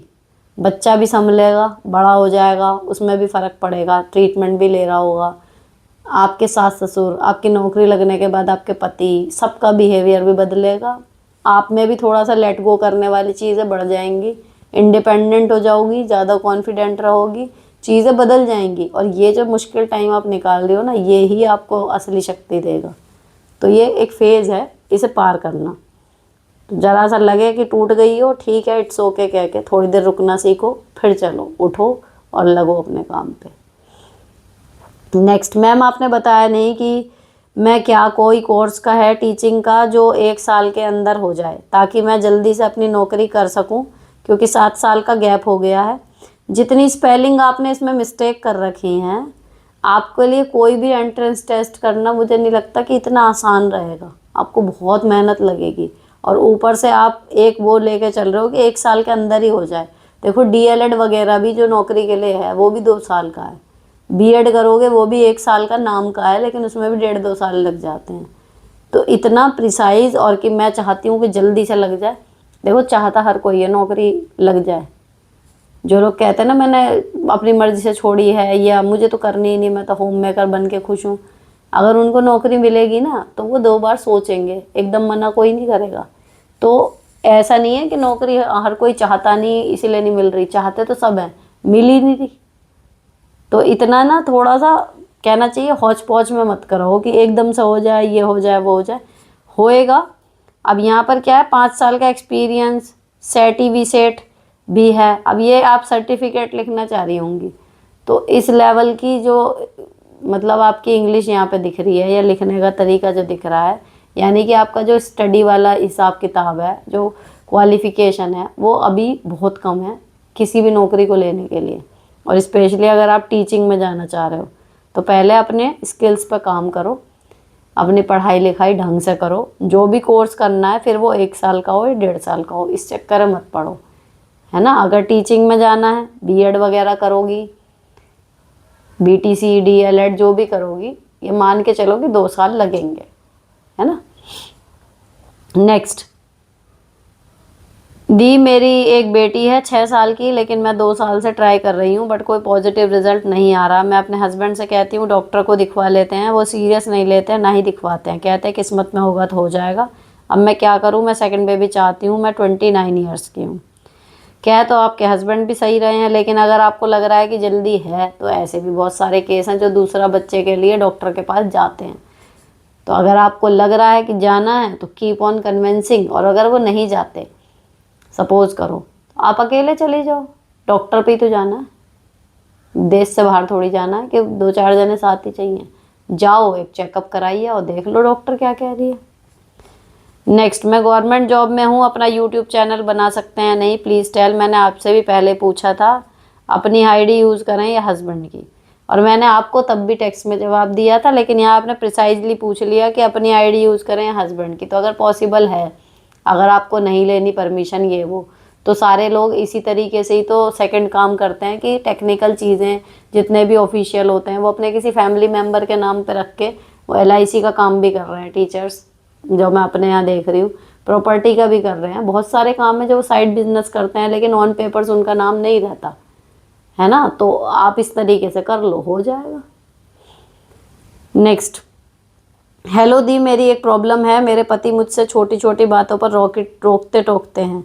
जैसे मैं पानी पी रही हूँ तो बोलेंगे अभी पानी मत पी, बाद में पियो। खाना खा रही हूँ तो यह मत खा वो खा, यहाँ मत बैठ वहाँ बैठ, सुबह चाय पियो अभी मत पी, बाद में पी, चाय के साथ ये मत खा, बाद में खा। मुझे तो सुबह के टाइम भी चाय नहीं पीने देते, जब कभी पी लो उसमें भी 36 बातें सुना देते हैं। मुझे ना सॉल्यूशन ढूंढना है, वह मुझे बताओ ऐसे इंसान को ठीक कैसे करूं। मैं कुछ बोलूं तो बोलता है जब तक जिंदा रहूंगा तब तक टोकता रहूंगा, प्लीज़ कुछ सॉल्यूशन दो। भाई आपकी हो सकता है, जो मुझे समझ में आ रहा है पता नहीं क्यों पढ़ने में, कि आपकी ईटिंग हैबिट्स गलत हैं, आप बीमार ना हो जाएं, आपको नुकसान दे रहे हैं। उन्होंने थोड़ा पढ़ रखा होगा उस बारे में, तो जितनी उनकी समझ है जो चीज़ें गलत हैं वो टोक रहे हैं। तो आप अगर सुबह से शाम तक सारी चीज़ें गलत ही टोक रहे हो, कर रहे होंगे, तो वो टोक रहे हैं। और दूसरा रीज़न उनका टोकना इसलिए बनता है कि अगर हम बीमार हो जाते हैं संभालेगा कौन, हमारा पति। यही बात आती है ना। तो जब वो देखते हैं कि भाई ये करने से ये बीमार हो जाएगी या नुकसान हो जाएगा, तो वो टोक रहे हैं। तो जिन चीज़ों के लिए वो टोक रहे हैं, आप अपना मन टटोल के देखो क्या वो सच में नुकसानदायक ही हैं। अब जैसे सुबह चाय पीना अच्छी हैबिट तो है नहीं, या खाली पेट चाय पीना अच्छी हैबिट तो है नहीं, साथ में कुछ लेना ही होता उसके, है ना। पानी खाने के तुरंत बाद पीना अच्छी हैबिट तो है नहीं। तो वही है, वो सारी चीज़ों के लिए इसीलिए टोक रहे हैं।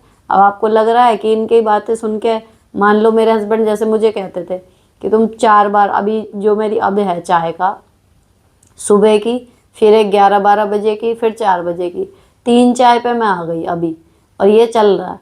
लेकिन पहले एक टाइम था कि सर्दियों में मेरी 6 चाय तक भी होती थी। और फिर जब एसिडिटी होनी शुरू हुई, एक बार परेशानी शुरू हुई, तो उन्होंने मुझे टोका कि तुम चाय छोड़ दो, तुम बिल्कुल चाय छोड़ दो, तुम्हें चाय नुकसान दे रही है। ये लगे मेरे पीछे कि तुम चाय नहीं छोड़ सकती, इतनी परेशानी हो रही है। तो मैंने कोशिश करी, फिर मेरे सिर में दर्द हुआ, भारीपन लगा, मुझे लगा कि भाई चाय कम हो सकती है लेकिन पूरी तो नहीं मैं छोड़ूंगी। तो पहले मैंने एक बार उनकी सुन के देख ली, अगर मुझे सही लग रहा था तो मैं छोड़ रही थी। अब जितनी मैंने कम कर दी, 3 कप जस्ट आधी ख़त्म करके मुझे लगा कि इतना तो हो सकता है, तो छोड़ दी। तो आप हस्बैंड वाइफ हो, अल्टीमेटली आप एक ही साइड पे हो, ये पहली चीज़ आप याद रखो। अगर वो टोक रहे हैं तो केवल मज़े लेने के लिए नहीं टोक रहे, आपकी सेहत सही रहे इसलिए टोक रहे हैं। अब उनमें भी कुछ चीज़ें ऐसी हैं, सामने वाले को दिख रहा है कि वो गलत हैं, लेकिन हमें सूट कर रही है वो चीज़, है ना, हमें परेशानी नहीं हो रही उससे। और अगर हम छोड़ रहे हैं तो उल्टा हमें दिक्कत हो रही है, तो उन चीज़ों को हम मना कर देंगे कि भाई तुम्हें अपना लग रहा है लेकिन मेरे साथ दिक्कत है, मैं नहीं छोड़ सकती। थोड़ा सा मतलब ओपन माइंडेड होकर देखा करो, ये नहीं कि मुझे टोक रहे हैं, ये देखो कि क्यों टोक रहे हैं और क्या वो सही में बात है गलत कि इस वजह से टोक रहे हैं। नेक्स्ट, बहुत ही लंबा एक क्वेश्चन आया है इनका, बहुत ही ज़्यादा लंबा। चलो देखते हैं लेकिन क्या है। शुरू का तो तारीफ़ है, ये छोड़ देते हैं, यहाँ से क्वेश्चन शुरू है। मैं जब 12th में थी तो मेरे फादर एक्सपायर हो गए। मैं बचपन से नाना नानी और 4 मामा लोगों के पास रही पढ़ने के लिए। पापा के जाने के बाद मम्मी भी मेरे पास ही आ गई। मेरे साथ बचपन से समान व्यवहार नहीं हुआ यहाँ, और मम्मी के आने के बाद उनके साथ भी सबने कहीं ना कहीं बुरा व्यवहार किया। मेरी शादी के 1 साल बाद मम्मी बीमार पड़ी। कोरोना में मेरी मम्मी 3 महीने हॉस्पिटल में रही। पहले 15 दिन प्राइवेट में, फिर गवर्नमेंट हॉस्पिटल में। एक मामा अच्छे थे मेरे, उन्हें बहुत मदद की थी। तब मेरी मम्मी वेंटिलेटर पर भी रहीं और बच कर आ गईं। अब मेरी शादी के 1 साल बाद मम्मी फिर बीमार हुई। पेट में दर्द रहता था और पेट में सूजन थी। मैंने उनका इलाज करवाया, पहले प्राइवेट में 1 हफ्ता, वह आराम नहीं पड़ा तो गवर्नमेंट में, क्योंकि पहले भी वो गवर्नमेंट में ही एडमिट रही थी। मेरी एक बहन भी थी जो बिस्तर पर रहती थी, 18 साल की। मैंने साथ साथ उसका भी ध्यान रखा घर आकर। इस बीच मौसी, उनकी लड़की और एक मामा थे घर पर। किसी ने मेरी मदद नहीं की, ना ही मेरी बहन को संभाला। पीछे से हम दोनों से कोई बात भी नहीं कर रहा था, क्योंकि हमारी लड़ाई हुई थी थोड़ा टाइम पहले। मेरी मम्मी मर गई, पर उनसे मौसी और उनकी लड़की ने आखिरी समय तक बात नहीं की। मैं मेरी मम्मी के जाने से बहुत दुखी रहती हूँ कि मैंने उनका ध्यान नहीं रखा। मुझे अच्छे हॉस्पिटल में उनका इलाज करवाना था। जब मम्मी कोरोना में बीमार हुई थी तब उनके लंग्स पूरे ख़राब हो चुके थे। चमत्कार था कि वो बच गई। मेरी शादी को 2 साल हुए अभी, और शादी के 1 साल बाद ही मम्मी चली गई। उनके 1 महीने बाद मेरी बहन भी, जिसका पूरा ध्यान मेरी मम्मी ही रखती थी। सॉरी दी, बहुत ज़्यादा लंबा कमेंट हो गया। बहुत हिम्मत करके आज आपको सब बता पाई हूँ। आप प्लीज़ मुझे बताइए, मैं मेरी मम्मी के जाने के बाद खुद को माफ़ नहीं कर पा रही हूँ, जबकि हॉस्पिटल में अकेली थी मैं। घर जा जाकर बहन को भी संभाला। सुबह शाम उस घर में मौसी, उनकी लड़की, मामा सब थे। नानी ध्यान रखती थी बस बहन का। मैं साल भर से मम्मी के जाने के गम से बाहर नहीं आ पाई हूँ। मैं खुद ही को दोष देती हूँ। आपको देखकर बहुत सुकून मिलता है, एक भी वीडियो मिस नहीं करती। प्लीज़ मुझे राह दिखाइए। और भी बातें हैं, नेक्स्ट कमेंट में लिखूँगी। देखो, आपको ऐसा लग रहा है कि आपने नहीं करा, आप फालतू में गिल्ट में जा रही हो। जो पहले झटका कोविड के टाइम पे आपकी मम्मी ने झेला, शरीर हिल चुका था, उसके बाद वो दोबारा बीमार पड़ी, और किसी ना किसी बहाने से, किसी ना मतलब कोई परेशानी होती है और आदमी को जाना होता है जिस नियति से, वो उससे चला जाता है।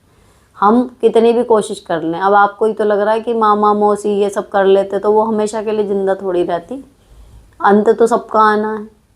अब किसका कैसे आया, इसके लिए किसी को दोष देना बिल्कुल बेकार है। जितना आपसे बन पड़ा शादी के बाद भी आके आपने कर लिया।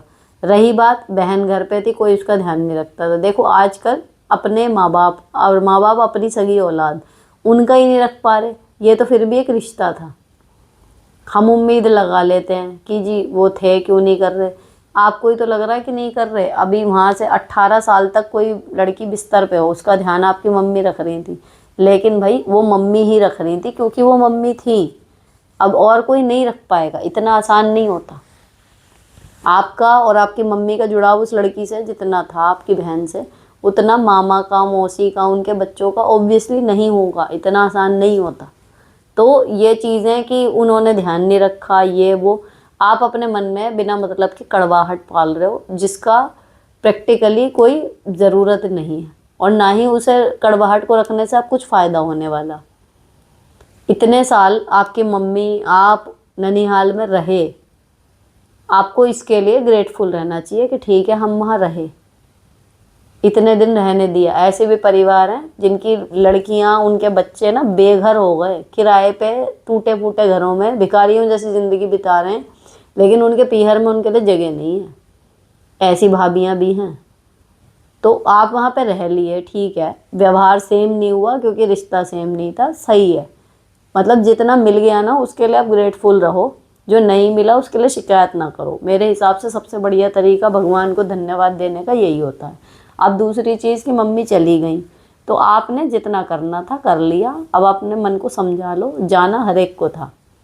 कोई कितना भी हथेली लगा ले, जाने वाले को कोई रोक नहीं सकता, ठीक है। और अच्छी बात देखो दोनों में, अगर प्रैक्टिकली सोचो, आपकी मम्मी ध्यान रखती थी उस बहन का, 1 महीने बाद वो चल बसी। अगर वो बच जाती, आप सोचो क्या होता फिर। कैसे तो आप जाती, कब तक जाती, फिर इधर से आपके ससुराल वाले भी शुरू हो जाते, क्योंकि भैया डिस्टर्ब होता है घर, ठीक है। और कैसे तो वो वहाँ रहती जब मम्मी नहीं थी, उनका ध्यान तब कौन रखता जब अस्पताल से आपको आना पड़ रहा है, तो यहाँ पे कैसे होता। तो जो होता है ना, भगवान सब सोच समझ के ही रचा हुआ है। उनके निर्णयों पे सरेंडर करना सीखो कि ठीक है ऐसा ही होना था। बहुत बुरा किसी के साथ कुछ हुआ नहीं, मुक्ति मिल गई दोनों को। ऐसा नहीं है कि उनके कोई काम बच गए थे, कि वो बीच में छोड़ के चली गई या कुछ हो गया, या उनके जाने के बाद छोटे बच्चे थे कुछ वीरान हो गए, कुछ नहीं हुआ है ना। एक जीवन था, उन्होंने अपने कर्म कर लिए, अपना जीवन जी लिया। आपकी शादी उन्हें अपने हाथों से करनी थी, अच्छे घर में आपको भेजना था, वो बच गई, चमत्कार आप खुद कह रही हो। और उसके बाद अब उनकी मुक्ति होनी थी, हो गई। साथ में वो लड़की भी दुर्गति होती उसकी भी मुक्ति ही हो गई फिर। तो अब उधर से उन्हें याद करो, लेकिन रो नहीं, अपना मन शांत करो। और जो मरने से पहले आपकी माता जी जो आपको एक लाइफ दे गई हैं, अब इसको सजाओ संवारो। और जो नानी मामा उधर बचे हैं, उन लोगों के प्रति भी मन में बिल्कुल भी कलेश वो मत रखो, कोई कड़वाहट मत रखो। अगर वो बुलाएं, मिलने का मौका हो, जैसा भी हो, उनसे अच्छे से मिलो। कोई उनके लिए ग्रज मत रखो मन में कि उस टाइम पे ये नहीं करा, वो नहीं करा। जो उन्होंने कर दिया, इतना भी नहीं करते ननिहाल वाले, हमेशा याद रखना ये बात। नेक्स्ट, दीदी दूसरों की खुशी में खुश रहना कैसे सीखें? मुझे दूसरों की खुशी में खुशी तो होती है, लेकिन सिर्फ तब तक जब तक वो मेरे से पीछे हैं। अगर वो इंसान मुझसे आगे निकल गया तो फिर खुशी नहीं होती, जेलसी होती है, फिर चाहे वो मेरे सगे भाई बहन ही क्यों ना हो। टीवी सीरियल में दिखाते हैं ना जैसे, वैसे अंदर अपने आप से ही उलझ जाती हूँ। एक ख्याल आता है कि वो मेहनत कर रहे हैं इसलिए तरक्की कर रहे हैं, उसमें जलने की क्या बात है, मुझे तो खुश होना चाहिए। लेकिन दूसरी तरफ ये भी ख्याल आता है कि कहीं मुझसे आगे ना निकल जाएं। ये स्वभाव छुड़ाने का कोई तरीका है? प्लीज़ गाइड कीजिए। सबसे पहले तो आप अपने लिए बड़ी ज़ोरदार तालियां बजा सकती हैं, क्योंकि आपने इस मंच पे भी आके ये चीज़ खुलेआम एक्सेप्ट करने की हिम्मत तो दिखाई। वरना लोग अपने बारे में ये कहना भी पसंद नहीं करते, वो यही कहते रहते हैं अपने आप से भी, अरे मैं तो खुश हूँ। अंदर से फुक रहे होंगे, लेकिन नहीं मैं तो खुश हूँ, नहीं मैं तो खुश हूँ। और इवन किसी ने कह भी दिया ना कि मेरी तरक्की देख के यार लग रहा है ऐसा दीदी को बुरा लग गया या भैया को बुरा लग गया, तो दीदी और भैया ऊपर से चढ़ के आएंगे एकदम लड़ने, अच्छा, जबकि हो एक्चुअली यही था। तो आपकी सबसे बढ़िया तारीफ तो यही है, आप एक अच्छी इंसान। इसलिए मैं कहूँगी कि आप ये चीज़ एक्सेप्ट कर रही हो कि ऐसा होता है। मैं सोच रही हूँ मुझे खुश रहना चाहिए, लेकिन नहीं हो पाता। अब क्यों नहीं हो पा रहा? क्योंकि ये ह्यूमन नेचर है। 3 इडियट्स में नहीं था कि आज एक नई बात पता लगी कि दोस्त फेल हो जाए तो बुरा लगता है, लेकिन दोस्त फर्स्ट आ जाए तो और बुरा लगता है। तो ये ह्यूमन नेचर है, इसका कुछ नहीं हो सकता।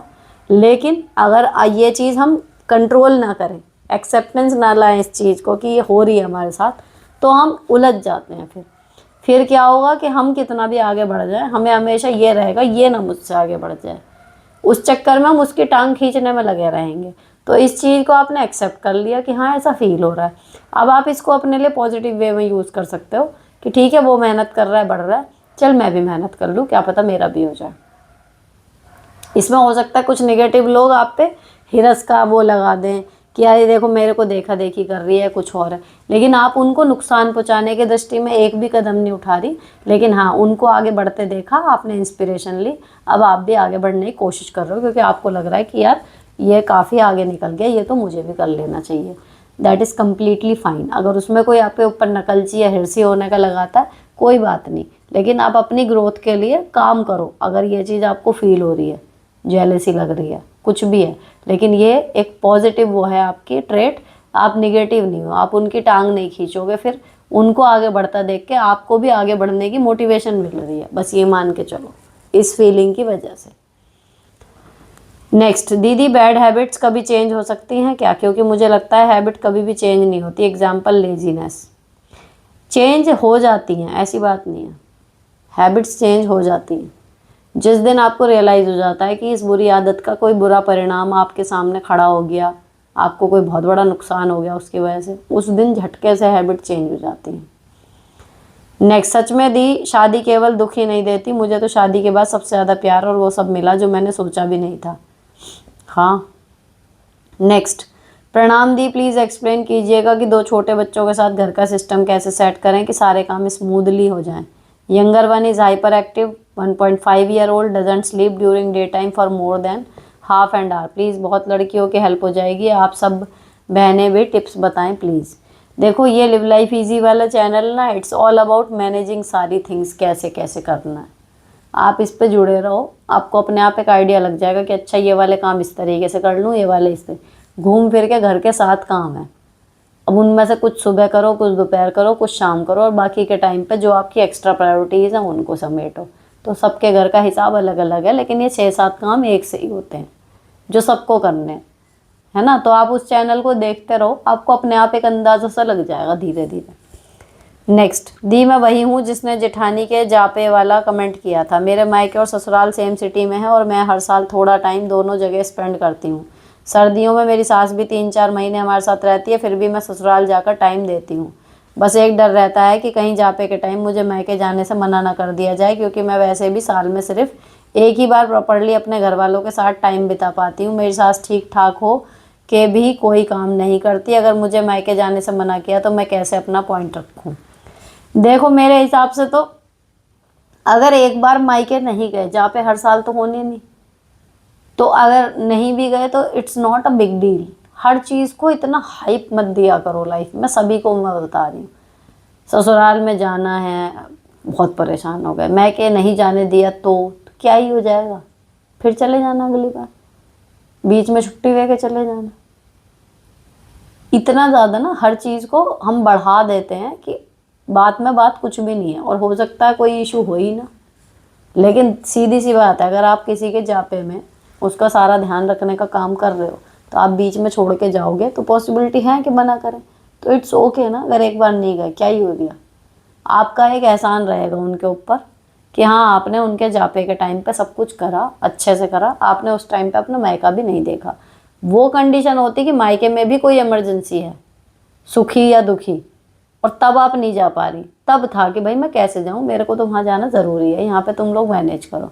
लेकिन अगर भगवान की दुआ से वहाँ पे सब कुछ ठीक है, तो आपको इतना लोड लेने की ज़रूरत है नहीं। Next, thank you so much the reply के लिए। अब मुझे ही स्टैंड लेना होगा अपने लिए, अपने बच्चों के लिए। Thanks again. मैंने स्कूल और कॉलेज में अच्छी रैंक्स ली है, बट उनको खुश करने के चक्कर में सब वेस्ट कर दिया, अब और नहीं। चलो बढ़िया भैया, गो अहेड।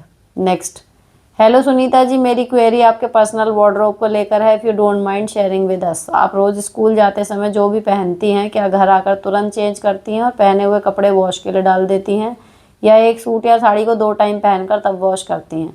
अगर मान लें आप मंथ में 26 टाइम स्कूल जाती हैं, तो स्कूल में पहनने वाले कितने सूट्स हैं? I mean, do you repeat in 1 month? अगर स्कूल के बाद कभी छोटे मोटे काम से कहीं बाहर जाना हो, जैसे शॉपिंग, बैंक एट्सेट्रा, तो क्या आप घर के कपड़े ही पहन कर जाती हैं, या इसके लिए कोई थर्ड आउटफिट है? I want to look more presentable, but हो नहीं पा रहा। How to achieve your cool comfy yet elegant look? सारे क्वेश्चन एक ही बार में ख़त्म कर देती हूँ। जो मैं सुबह नहा के स्कूल के लिए पहन लेती हूँ, वो मैं रात तक पहने रखती हूँ। अगर मुझे लग रही है गर्मी, तो घर के कपड़ों के नाम पे मेरे पास नाइटीज़ और नाइट सूट ही हैं। ऐसे कोई सूट नहीं है जो मैं घर में पहनने के लिए यूज़ कर रही हूँ लेकिन वो बाहर जाने लायक नहीं है, सारे ही सूट। और अगर ऐसा कोई सूट होता है कि घर में तो पहन लो, बाहर जाने लायक नहीं है, तो फिर मैं उसे रिटायर ही कर देती हूँ। अब सपोज़ करो आज थर्सडे है, मैंने ये वाला सूट पहना हुआ है, तो मैं सुबह स्कूल पहन के गई थी, फिर मैंने काम वाम अपना सारा कर लिया, किचन का काम समेट के, अब क्योंकि मुझे वीडियो शूट करना है तो मैंने रात तक पहना हुआ है। अगर नहीं करना होता तो शायद मैं उतार देती। और रही बात ये कि 2 बार पहनना या 2 बार, मैं 2 बार 3 बार भी पहन सकती हूँ, अगर मैंने 1-1 घंटे के लिए या आधे-आधे घंटे के लिए पहनना है। ये चुल मेरे में नहीं है कि आज पहन लिया तो अब अगली बार धो के ही पहनना है। उसको मैं टांग देती हूँ, थोड़ी सी उसमें से हवा आर पार हो जाती है, उसको फिर रिसेंटली 2-3 दिन बाद ही कहीं कोई ओकेजन पड़ा तो मैंने उसको पहन लिया, ठीक है। लेकिन कोई सूट ऐसा है जो मैंने सुबह से लेकर रात तक, जैसे मान लो आज ये मैंने पहन रखा है कि सुबह पहना था अब रात तक पहन रखा है, इसको मैं वॉशिंग में डाल दूँगी। ये चीज़ क्लियर हो गई। और दूसरी कि बैंक जाना है, बाजार जाना है, यही कपड़े मेरे जो सूट रहते हैं या साड़ी रहती है जो मैं स्कूल पहन के जाती हूँ, सुबह मैंने जो पहन लिया, अगर मुझे बाहर कहीं भी जाना है XYZ, शादी को छोड़ के कि फंक्शन ही अटेंड करना है तो बात अलग है। अदरवाइज़ बैंक, रिश्तेदार, शॉपिंग, गली में कुछ है किसी के यहाँ, मंदिर में, वहाँ सब यही चलता है। वही कपड़े जो मैं सुबह पहन लेती हूँ मैं वही पहन के जाती हूँ, ठीक है ना। तो आपके कपड़े ऐसे होने चाहिए इसीलिए कि हर जगह काम कर जाएं। थोड़ा सा ऊपर नीचे करो, कभी एसेसरी ज़्यादा कर दी, कभी कम कर दी, लेकिन वही कपड़े आपके सुबह से लेके रात तक के सारी ड्यूटीज़ में चल जाएं, बढ़िया। और हाँ, मैं कपड़े रिपीट करती हूँ बहन, कपड़े की सूट स्कूल के कितने हैं गिनती नहीं है, सही बताऊँ तो। अभी मुझे एग्जैक्टली सच में आइडिया नहीं है। अभी 1-1.5 साल पहले तक, जब तक हॉल वीडियो का काम नहीं हुआ था, मुझे एक आइडिया रहता था कि हाँ 150 के करीब होंगे, इतने होंगे। अभी मुझे कोई आइडिया नहीं है कि कितने हैं, लेकिन मेरे रिपीट नहीं होते। मतलब घूम फिर के ये हो जाता है कि गर्मी का एक कपड़ा मैंने एक बार पहन लिया अगर बाहर वाला सूट, तो अक्सर उसका नंबर आता ही नहीं। अब जो नए लिए हुए हैं, जैसा अब ये वाला लिया है, इस सीज़न में मैंने इसको शायद तीसरी बार पहना है ना। तो ये अभी नया नया है ना, तो इस पे हाथ चलेगा कि अच्छा हाँ पीला है, ये वाला पहन लेते हैं। ये है जो नए हैं उन पे हाथ चलता है, पुराने वाले तो कितनी बार ऐसा होता है कि पूरा सीज़न ही निकल जाता है और वो हाथ ही नहीं लगता, नंबर ही नहीं आता उनका, ऐसा होता है। तो ये सबके साथ नहीं होता इतने कपड़े, ये वो हॉल वीडियो वाला भी चक्कर है। तो दोनों तरीके से हो गया, रिपीट कर लो तो ठीक, नहीं करो तो भी ठीक, कुछ नहीं है, कोई इतना ध्यान नहीं देता मुझे जो लगता है। दूसरी चीज़, एक बार पहन के धोना है, आपको लग रहा है ओ नो हाइजेनिक नहीं है ये वो, धो लो। लग रहा है पहन सकते हो दूसरी बार। दूसरी चीज़ बॉडी ओडर वाली भी होती है किसी किसी की, अब रहती है कि 1-2 घंटे के लिए भी पहना तो उसके कपड़ों में से इतनी ज़बरदस्त बदबू आने लगती है पसीने की, तो भाई वो नहीं पहन पाएगा। मेरे साथ ऐसा नहीं है। अब पूरा दिन भी पहने रहूँगी ना कपड़े और फिर मैंने उसको टांग दिया, गर्मी में तो फिर भी हल्की मल्की तो मैं सूंघोगे महक आएगी कि हाँ भाई पहना हुआ कपड़ा है, लेकिन सर्दियों में बिल्कुल भी नहीं आती क्योंकि इनर वगैरह रहते हैं अंदर, तो उसमें तो बिल्कुल भी नहीं आती पूरा दिन पहने हुए कपड़ों में भी। तो ये भी देखना होता है कि आपके बॉडी ऑर्डर की प्रॉब्लम कितनी है। अब कपड़े आपके अगर 2 घंटे बाद ही महक मारने लगे पसीने की, उनको आप कैसे ही रिपीट करोगे, फिर तो धोना पड़ेंगे। साड़ियाँ हैं भारी, कुछ साड़ियाँ हैं ऐसी जो मुझे ड्राई क्लीन करानी है या मुझे हाथ से धो के डालनी है, उन्हें मैं नहीं धो रही हूँ, पहनी आके तय करके रख दी, फॉल वगैरह पे लगा साफ़ करके रख दी। लेकिन ब्लाउज़ है, ब्लाउज़ धो के डाल दिया, हो गया काम। तो ये अपना पर्सनल है कि आपको कैसे सही लग रहा है, किसी की देखा देखी इसमें करना सही नहीं है। हो सकता है किसी को ना चैन पड़े कि भैया मैंने तो 2 घंटे पहन लिया, ऐसी होती हैं, मैंने देखी है औरतें, वो नहीं भैया 1 घंटा भी पहना मैं तो धो के ही पहनूंगी। तो पहनो, धोना भी उन्हें ही है, रखना भी उन्हें ही है, हम कौन खामा उन्हें सलाह देने वाले। Next, the please share cure skin effect on your skin. क्या उसके बाद डेली वर्किंग हूँ मेकअप कर सकते हैं या नहीं? आप भी यूज़ कर रहे हो प्रोडक्ट, कितने मंथ हो गए एंड क्या विजिबल चेंज नोटिस किया? Please share in detail. देखो ये क्योर स्किन का मैं तो 2 साल शायद हो गए होंगे, 2 साल से भी ज़्यादा हो गए होंगे। लिव लाइफ इजी चैनल शुरू ही हुआ था जब उनका कोलैब आया था, उसके बाद से कोलैब आए ना आए, लेकिन मैं उसको यूज़ करती रहती हूँ। सनस्क्रीन, फेस वॉश उनका, night cream, under eye cream भी पहले यूज़ करती थी, बहुत मतलब रेगुलर ही करती थी। लेकिन ग्लिसरीन अब जब से आ गई तो मुझे लगता है उसकी ज़रूरत नहीं लगती, क्यों एक्स्ट्रा इधर उधर की लगाई। लेकिन फेस वॉश और सनस्क्रीन तो 1 सेकंड मतलब 1 दिन के लिए भी नहीं टूटती। अब ये है कि इसके बाद की मेकअप उसके ऊपर कर सकते हैं नहीं कर सकते, करते हैं, क्योंकि जो उनकी सनस्क्रीन है उससे एकदम ग्लो सा आता है मुंह पे, स्मूथ फिनिश आती है, तो उससे मुझे और हेल्प मिलती है मेकअप का बेस बनाने में, वो आड़े नहीं आती। और दूसरा, आप धूप में भी जा रहे हो तो भी बच रहे हो। तो सनस्क्रीन के ऊपर आप डेली मतलब मैं लगाती हूँ, और उसके ऊपर बस सीधे कॉम्पैक्ट लगाती हूँ, बीबी की सीसी क्रीम कुछ नहीं लगाती। कॉम्पैक्ट लगाया, उससे सेट हो गया, ऑयली नहीं रहा बिल्कुल भी face, and then liner lipstick हो गया मेकअप। तो कर सकते हैं आराम से उसके ऊपर मेकअप। नेक्स्ट, हेलो सुनीता जी, मैं अपने पति से आईक्यू में ज़्यादा अच्छी हूँ, लेकिन मेरे हस्बैंड अपनी तरफ से ही पहले से कोई सिचुएशन बनाकर मुझसे नाराज़ हो जाते हैं, जैसे कि जब तुम स्टेशनरी बिजनेस करोगी तो अकाउंट मेरा रखना, क्योंकि प्लॉट मैंने तुम्हारे नाम किया। पहले तो मैंने कहा कि बिजनेस का अलग हिसाब है, पर बाद में हाँ कह दी। अब नाराज़ हो गए हैं कि तुम तो बेवफा हो, क्या करूँ? चलता रहता है यार, इतना तो नाराज़ हो गए हैं तो कन्विंस कर लो, हो ही जाएंगे। नेक्स्ट, हेलो दी, मेरे हबी मेरी बिल्कुल भी रिस्पेक्ट नहीं करते हैं, कितना भी काम कर दो फिर कुछ ना कुछ कमी दुखा ही देते हैं। सास भी बेटे का ही साथ देती है, मेरे अगेंस्ट ही बात करती है। बाकी 2 और बहू हैं, उनको उतना नहीं बोलती है, क्या करूं? क्योंकि आप सुनती हो। अगर आपकी कोई गलती मतलब मान लो माइनर सी है, जिसकी वजह से कुछ खास फर्क पड़ नहीं रहा, तो सीधे कह दो कि हाँ हाँ ठीक है, हो गई गलती, अब क्या करूं, काम तो चल ही रहा है, ये हो सकता है। या फिर कोई बड़ी गलती है तो उसको देख लो कि भाई इसको सुधार लें, अब घूम फिर के आपका ही बेटरमेंट हो रहा है ना। लेकिन ये कि उनको नहीं कहते, वो एक ही रीज़न होता है, जहाँ से पलटवार आ जाता है ना आदमी, उसको थोड़ा सा कम बोलता है, और जो सुन लेता है उसको और सुनाया जाता है। नेक्स्ट, दीदी मेरे ससुराल में दादी सास की चलती है, वो बहुत टॉक्सिक है। हम दो देवरानी जेठानी हैं, मैं वो शुरू से पसंद नहीं करती। मुझे एक के बाद एक काम बताती रहती हैं, ना करूँ तो गाली देती हैं। हस्बैंड भी सपोर्ट नहीं करते। एक बार मैंने दादी सास को जवाब दे दिया तो मेरे मायके कॉल कर दिया। मायके में दादी और अंकल ही हैं, मायके से भी कोई सपोर्ट नहीं। प्लीज़ रिप्लाई ज़रूर करना, बहुत परेशान हूँ। एक के बाद एक काम देती हैं ना, तो देखो इसके दो तरीके हो सकते हैं।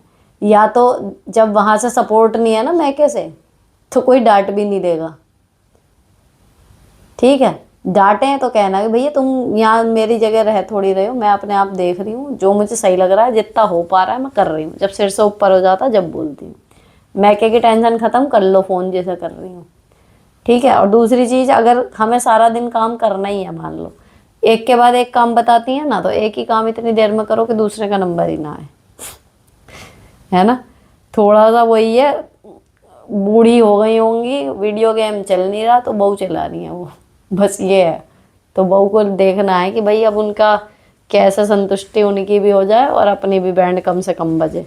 तो थोड़ा सा काम ऐसे करो धीरे धीरे, या फिर ऐसे ज़्यादा बढ़िया तरीके से करके ही ना दो, ताकि कहना ही बंद कर दें। नेक्स्ट, थैंक यू दी, आपसे मिलने के बाद लाइफ में बहुत अच्छे चेंज आए हैं। आप, आई होप कभी आपसे मिल सकूं। कुछ लोगों की तो शक्ल और आईडी मुझे भी याद हो गई है। मेरा भी बड़ा मन है कि कभी ऐसा हो कि हम मिल सकें, क्योंकि अभी तक जितने लोग मिले हैं, मतलब मिले हैं, सब कहते भी हैं कि हाँ आपके वीडियो देखते हैं ये वो, लेकिन जो कहना वो डाई हार्ड फैन होता है ना, कि जो लोग बड़ा मिलने के लिए बहुत ज़्यादा वो हैं, कि मुझे कमेंट पढ़ के ही वो वाइब फील होती है कि यार बहुत ज़्यादा इनकी इच्छा है मिलने की। ऐसा कोई नहीं मिला जिससे मिलके मतलब मेरी आंखों में भी आंसू आ जाएं कि यार कोई कितना प्यार मुझे कर रहा है। वो चीज़ अभी भी मेरे साथ भी नहीं हुई है। तो मेरे को भी वेट है अपने किसी ऐसे फैन से मिलने का जो मुझे भी वो खुशी के आंसू मेरी आंखों में ला सके। नेक्स्ट दी, पहले जब आपको बताया था कि सास मेरे काम की वैल्यू नहीं करती, आपने कहा छोड़ दो वो काम। मैंने 1 मंथ से काम कर दिया। अब ननंद जो कि उसी यूएसए में है, उन्हें बढ़ा चढ़ाकर बताती हैं कि वो मेरे काम नहीं करती। 2 साल से रात को बेड के पास यूरिन पास करने के लिए चेयर रखती हैं, वो मैं उठाती थी। मैंने गुस्से में 10 दिन से वो नहीं उठाई। वो बेटी को बताया कि ये नहीं उठाती। रोटी अलग से बना के देती थी, तो मैं बहुत साल से अब मैंने जो हम सबके लिए बनता है वही दिया। वो भी बेटी को बताया, क्या करूं, बहुत दुखी हूँ। बेटी 10 में आ गई है, बेटा 9th में। बच्चों हस्बैंड की केयर नहीं कर पा रही, प्लीज़ बताओ क्या करूं। आपका जवाब भगवान का आंसर होगा।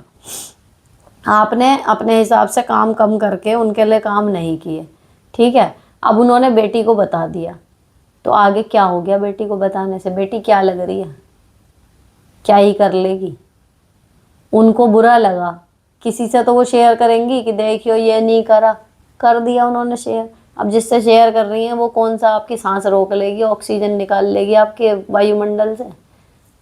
ठीक है, उन्होंने कह दिया, अगली ने सुन लिया। फ़ोन आए तब कह दो कि भैया यहाँ रह के कर लो, हमसे जितना हो पाया हमने कर दिया, बस। अब किसी के आराम में तुम कमी करोगे तो वो तुम्हारे गुण थोड़ी गाएगा, बुराई ही तो करेगा। उसके लिए तो मेंटली प्रिपेयर्ड रहो और दो अपने बच्चों को टाइम, हस्बैंड को टाइम। उसी के लिए तो तुमने पंगे लिए। अब वहाँ पे काम भी नहीं करा और फिर कूड़े भी वहीं के ले रहे हो, तो तुम तो अभी भी वहीं के लिए बिजी हो ना। अब वहाँ तुमने अपना एक डिसीजन लिया कि मुझे यहाँ से अपना काम कम करना है, क्योंकि मैं यहाँ पर देना चाह रही हूँ अपनी एनर्जी, तो अब वहाँ दो, उसके साइड इफ़ेक्ट जो हैं वो होने दो। Next, high the, I am your big fan. मेरा क्वेश्चन है, मेरी शादी को 1 साल हुआ है, एक बेटी भी है। पहले मेरे हबी मेरे साथ बहुत अच्छे थे, बट मेरी सास को नवंबर में ब्रेन हेमरेज हुआ था, तब से घर की हालत ऐसी हो गई। हस्बैंड भी चेंज हो गए, अब हमारा रिश्ता पहले जैसा नहीं है। पहले वो अलग थे, अब चेंज हो गए, जबकि मेरी सास अब ठीक है। हाँ, पहले से 5 मंथ हो गए हैं। सास को बस थोड़ा कन्फ्यूज़ रहती है, बाकी तो सही है। थोड़ा बताओगे आप ब्रेन हेमरेज के पेशेंट के बारे में? देखो, ब्रेन हेमरेज के बाद ना साल लग जाता है धीरे धीरे आदमी को नॉर्मल होने में, क्योंकि दिमाग में काफ़ी मेजर प्रॉब्लम आई भी होती है, उस टाइम पे दिक्कत आ जाती है। लेकिन आपके और आपके हस्बैंड के बीच में जो गड़बड़ हुई उसका कोई लॉजिक नहीं है। या तो वो प्रेशर ले गए कि मेरी माँ की जो है वो तबीयत ख़राब हो रही है या कुछ और है, या फिर आपका ये हो गया कि जी आप उनकी सेवा ढंग से नहीं कर पा रही इसलिए वो नाराज़ हैं। मुझे नहीं समझ में आया, लेकिन आप दोनों के बीच में भी जो हुआ है वो कई बार स्ट्रेस की वजह से, या कई बार आप उनके लिए ज़्यादा बिजी रही हो, क्या पता इसलिए आप टाइम ना दे पा रही हो उधर। बहुत सारे रीज़न हो सकते हैं, लेकिन जैसे जैसे आपकी सास ठीक होएंगी आपका रिश्ता भी अपने आप ऑटोमेटिकली ठीक होना शुरू हो जाएगा धीरे धीरे, है ना। नेक्स्ट, हेलो दीदी, how are you? Your answer everyone's question, so I have a question of my own. It concerns my sister. My sister has a son and she is a widow. Her son is in the 7th grade but he refuses to study at all. We even transferred him from a private school to a government school. However, he claims that everyone there uses abusive languages and consequently he refuses to attend school. He doesn't listen to anyone, stay home all day and spends his time watching TV and looking at his phone. He says that he wants to learn electrical work instead. Please tell us what should we do. अगर आप सब कुछ करके देख चुके और लड़का हाथ में नहीं आ रहा और अब वो कह रहा है कि उसको बिजली का काम सीखना है, तो लेट इट बी. बिना मन के पढ़ाई करके कुछ पा तो लेगा नहीं. एक डिग्री हो जाएगी कि 12वीं पास है, 10वीं पास है, ग्रेजुएट है, लेकिन बिना पढ़े जो बिना मन की पढ़ाई है उन बच्चों की पढ़ने वाली नौकरी तो लगनी नहीं. अल्टीमेटली घूम के कोई स्किल ही सीखनी है ना. तो अगर वो स्किल सीखना चाह रहा तो सिखा दो उसको स्किल, कहीं तो उसकी लाइफ ट्रैक पे आएगी. नेक्स्ट, दी मेरी ननद उसके स्टेटस पर टोंट जैसे स्टेटस लगाती है, वो मैंने देख लिया. मैंने रिएक्ट करना चाहिए था या नहीं? मैंने वेरी ट्रू इसका रिप्लाई कर दिया उनके स्टेटस पर. अभी रिप्लाई डिलीट भी नहीं कर सकती. क्या मैंने ठीक किया? नहीं. देखो, अगर हमने स्टेटस किसी का पढ़ा और हमें ऐसा लगा कि वो हमारे लिए है, हमें चिढ़ाने के लिए लगाया है, हमें अच्छा नहीं लग रहा, हमें दुख पहुंचाने के लिए लगाया है, ठीक है. अब उसको तो हमने देख लिया, उस टाइम पे हमें रिएक्शन नहीं देना, क्योंकि उसने लगाया इसीलिए कि ये रिएक्शन देगी. आगे से सबसे बढ़िया तरीका होता है उसका स्टेटस म्यूट कर दो, देखो ही मत, मुद्दा ख़त्म, लगाती रहे. अब वो फ्रस्ट्रेट होगी. अगर वो सही में आपके लिए लगा रही है, देखेगी व्यूड बाय, और फिर उसमें आपका नाम नहीं होगा.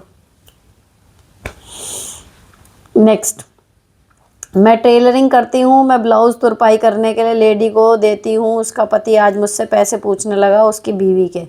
उसकी बीवी को मुझे पैसे देना था. मैंने कहा भैया आपकी बीवी को मुझे पैसे देने हैं, मुझे नहीं पता था, वो पी के आया है. मेरे मना करने से दुकान का शीशा फोड़ दिया. मैं डर गई, वहीं फेंट हो गई. अरे भैया, जब बाहर निकली आजू बाजू वालों को बुलाने तो वो लोग इस आदमी का हाथ देखा, खून निकल रहा था. उसकी बीवी कुछ नहीं बोली, उसी के हाथ को पट्टी बांधा. मैं कुछ कह नहीं पाई. वही हाथ और पैर शिवर हो रहे थे. अब दुकान जाने में हिम्मत नहीं हो रहा, डर और शर्म आ रही है. आपको क्यों डर लग रहा है और आपको क्यों शर्म आ रही है? चलो, डर तो समझ में आया कि कोई आदमी वायलेंट हो गया. शर्म की क्या बात है? और रही बात इसकी, क्या है भैया, कहीं भी ऐसा कोई नौटंकी आदमी इस तरीके का करेगा, आदमी अवॉइड ही करेगा फिर वहाँ जाने से. तो अगली बार जाना, अपने हस्बैंड को लेके उस औरत के पैसे दे के आना. अगली बार से उससे सिलवाना कर दो बंद, है ना. अब मैं मान रही हूँ कि पति की गलती की वजह से उसका ग्राहक छूटेगा एंड ऑल दैट, लेकिन क्या ही कर सकते हैं, है ना. और दूसरी चीज़, अगर हो सके तो फ़ोन में वहीं से वहीं पैसे ट्रांसफ़र कर दो, जाना भी नहीं पड़ेगा. नेक्स्ट, दीदी मुझे डिप्रेशन को शेल्टर 12 साल हो गए. शेल्टर? पहले सास ने दबाया, उनका खाना कहना था कि सीधी बहू पसंद नहीं. फिर मैके में कहा तो माँ ने यही कहा तेरे में कम दिमाग है, करतब नहीं, इसलिए सुन रही हूँ. पिछले साल भाई की शादी हुई. अब मैं सोचती हूँ कि भाभी से भी दबूँ. एक दो बात का जवाब दे दिया तो बोलती है मेरी बहू का फजीता कर दिया. 1000 ताने मारती है. मैंने भी एक दो बात बोल दी तो इतना सुनाती है कि अब बर्दाश्त नहीं होता. पापा को भी बताया तो उन्होंने बोल दिया माँ है तेरी, कह दिया तो क्या हो गया. मैंने बताने की कोशिश की तो बोलते हैं मैंने तेरी बात सुनने के लिए फ़ोन नहीं किया, बस बता रहा हूँ फ़ोन कर ले. मैंने कहा मम्मी भी तो कर सकती हैं. तो बोलते हैं तेरी मर्ज़ी है, कर या ना कर. दीदी आपने बोला था कि भगवान पे छोड़ दो, पर छोड़ने के बाद तो उलझनें ज़्यादा बढ़ गई हैं. मुझे वहाँ जाकर कोई वैल्यू नहीं मिलती. मुझे अच्छा नहीं लगता. क्यों हुआ है ऐसा? ना ससुराल अपना ना मायका. क्या माँ के ताने गलत नहीं होते? देखो, ससुराल भी अपना नहीं और मायका भी अपना नहीं, ऐसा मुझे तो लगता है होता है. लेकिन उन लड़कियों के लिए जिनके साथ ऐसा होता है, पर्सनली उनके लिए कहीं ना कहीं बहुत अच्छा होता है. वो फ्री हो जाती हैं. ससुराल से भी और मैके से भी, क्योंकि जो सपोर्ट नहीं कर रहा, जो हमारे सुख में खड़ा नहीं है, वो हमें कुछ कहने का भी अधिकारी नहीं रहता। तो आप फ्री हो अपनी लाइफ को जीने के लिए, है ना। तो आप अपने अपने हस्बैंड, अपने बच्चों के साथ जो लाइफ जी रहे हो उसमें आप कर सकते हो। सपोज करो आपके हस्बैंड भी मान लो आपको सपोर्ट नहीं करते, आप उनसे भी फ्री हो।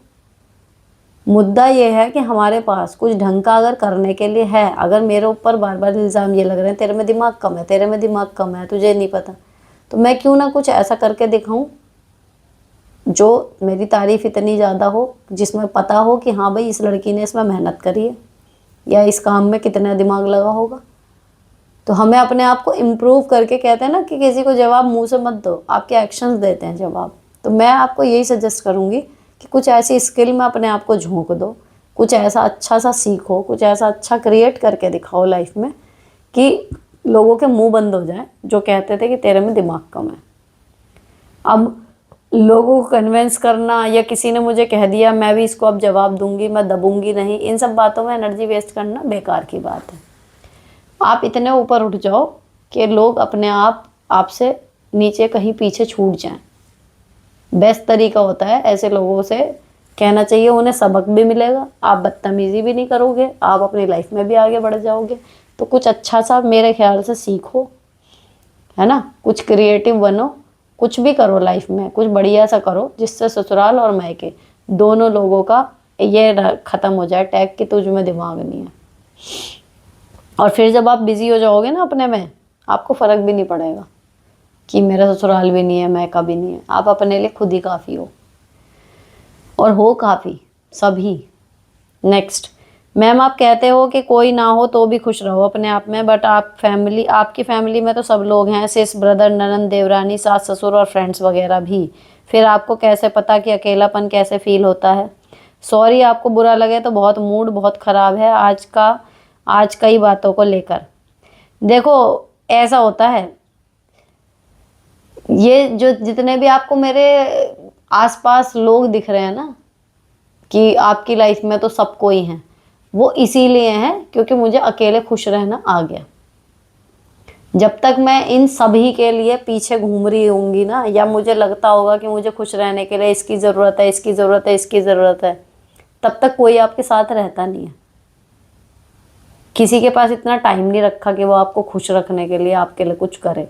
लेकिन जब आप ऐसे बन जाते हो कि यार इसको हम मिले ना मिले ये तो मस्त है अपने आप में, है ना, ये सब इसीलिए हैं जो आपको दिख रहे हैं क्योंकि मुझे अकेले खुश रहना आ गया। अगर ये नहीं भी हूँ ना तो भी मैं मस्त हूँ, इन्हें पता है सबको। इसीलिए अब इनको पता है कि हम जाएं ना जाएं, इसका नुकसान नहीं ना फ़ायदा। तो ऐसे में आदमी ना फ्री हो जाता है कि चलो चलते हैं। अब ये मेरी लाइफ में 1 घंटे के लिए रहे, 10 मिनट के लिए रहे, 4 घंटे के लिए रहे, 5 दिन के लिए रहे, मैं एक सी हूँ। तो वो भी फ्री है, मैं भी फ्री हूँ। तो ये बिना एक्सपेक्टेशन का, बिना उम्मीदों वाला रिश्ता है, इसीलिए सबसे चल गया। अगर मैं यहाँ खींचने बैठ जाऊँ ना कि नहीं जी ये वो अभी सब बिगड़ जाएगा। तो ये सारे रिश्ते तभी चलते हैं जब आपका दिख जाता है कि ये अकेले भी खुश रह लेगी। नेक्स्ट, मैं घर में अकेली काम करने वाली हूँ। सासू माँ एक ही एक बात को बहुत बार बोलती हैं, 9 मेंबर हैं, खाना ही बनाती रह जाती हूँ, क्या करूँ, कैसे करूँ? नींद भी पूरी नहीं हो पा रही। स्पीड बढ़ाओ खाना बनाने की अपनी, जब कोशिश करोगी तो बढ़ जाएगी। नेक्स्ट, नमस्ते दीदी, मेरे ससुराल वाले मेरे घर आते हैं तो मैं उनकी खातिरदारी करूं और मैं उन्हें पसंद आता है, लेकिन मैं उनके घर जाती हूं तो मुझे इग्नोर करते हैं। मैं किचन में हेल्प करती हूं फिर भी ताने देते हैं, क्या करूं?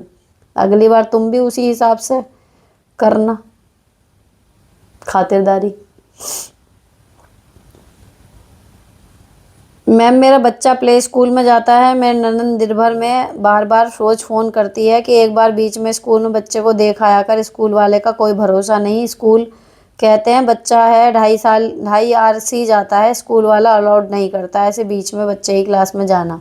क्या करूं? मेरी ननद बहुत इंटरफेयर करती है काम में, अपने मायके में कौन करता है इतना दखलबाजी? क्या करें ऐसी ननद का? कुछ मत करो, कह दो हूँ, या यही कह दो स्कूल में अलाउड नहीं है, बात ख़त्म करो, आगे की एक्सप्लेनेशन दो ही नहीं। नेक्स्ट, हेलो दीदी, 189 एपिसोड में क्वेश्चन किया था, आंसर नहीं मिला, फिर हिम्मत करके क्वेश्चन कर रही हूँ कि आशा है आंसर मिल जाए। सास और देवर की चोरी करने की आदत है। मैं 1 साल से अलग हो गई हूँ, मेरा फ्लोर अलग है, फिर भी आना लगा रहता है सब लोगों का। मुझे कुछ दिन के लिए विलेज जाना है, फ्लोर लॉक नहीं कर सकती। कोई सुझाव दो, क्या करूँ? जब मैं फ्लोर पर नहीं रहती हूँ तो कुछ ना कुछ सामान चोरी करके ले जाते हैं। प्लीज़ दी, रिप्लाई ज़रूर देना। देखो, अगर इतना ऑब्वियस है कि चोरी करते ही करते हैं, है ना, और ये क्लियर है, आपके पास सबूत होगा कि भाई हर बार चीज़ें गायब होती हैं, तो आप सिंपल क्यों नहीं लॉक करके जा सकते? जाओ लॉक करके। और अगर सब कुछ नहीं लॉक करके जा सकते, जो अपनी कीमती चीज़ें हैं, वैल्यूएबल, एटलीस्ट आप उनको लॉक करके जा सकते हो, है ना। आप बाहर के सामान में कोई रजाई गद्दे या कपड़े या बर्तन वर्तन उठा के ले जाएगा तो जब बरतेगा पता भी चल जाएगी। नहीं तो आप हर चीज़ एक बार वीडियो बना के लेके जाओ कि ये चीज़ें मैं छोड़ के गई थी, अगली बार दिखाओ कि इनमें से ये गायब हो गया, और फिर अगली बार जब जाओगी लॉक करके जाना कि भैया मैं कब तक चोरी झेलूं। ठीक है ना। तो इस तरीके से आप छुटकारा पा जाओगे इस प्रॉब्लम से। तो ये थे एपिसोड 190 के जवाब।